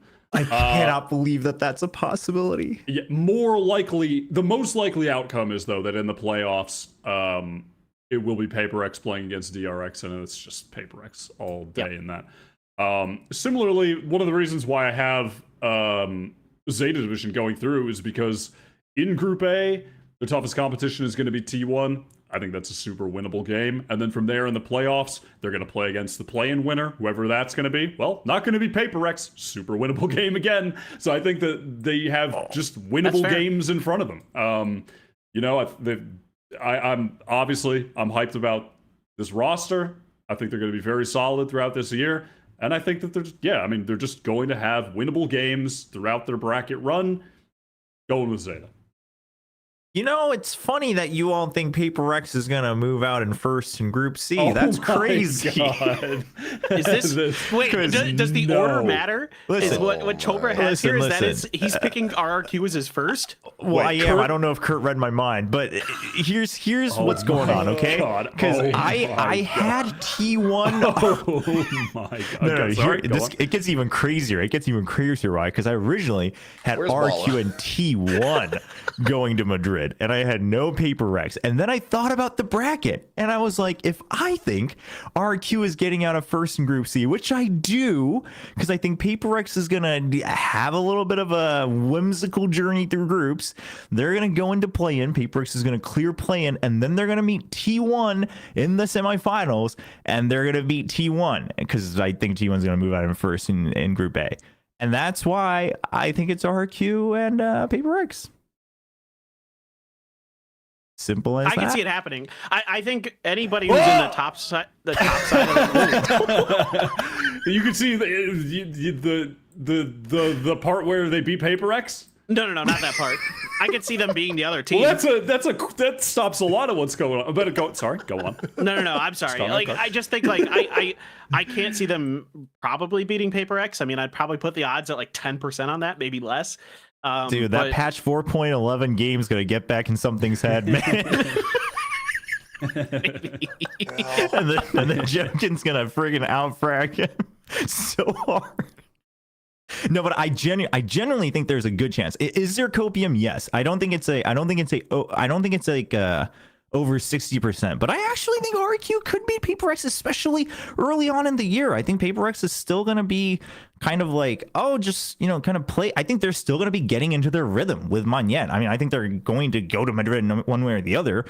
I just don't think they're going to come out and clear everybody as a guarantee. I just don't think so. I think you're so beyond copium, dude. You have a fucking abandoned warehouse where you have it just stockpiled and you're going over there and taking little inhales of that copium this entire time. I don't just know where watch. you got this shit Just from, watch but 3 I don't weeks, know. baby. We're gonna I see. don't see it. I'd love to see RQ do well. I really would. Again, I always say I'm happy to be proven wrong. Yeah. Because no matter what, like I'm just excited to get back into having fucking Valorant to watch and cast. But I don't know if it will be there off the rip. All right. Find out. And there you have it, folks. We've gone over, well, I was about to lie. We've gone over every region but China, but most of them. We've gone over pretty much every region at this point. In the little double header week that we had here.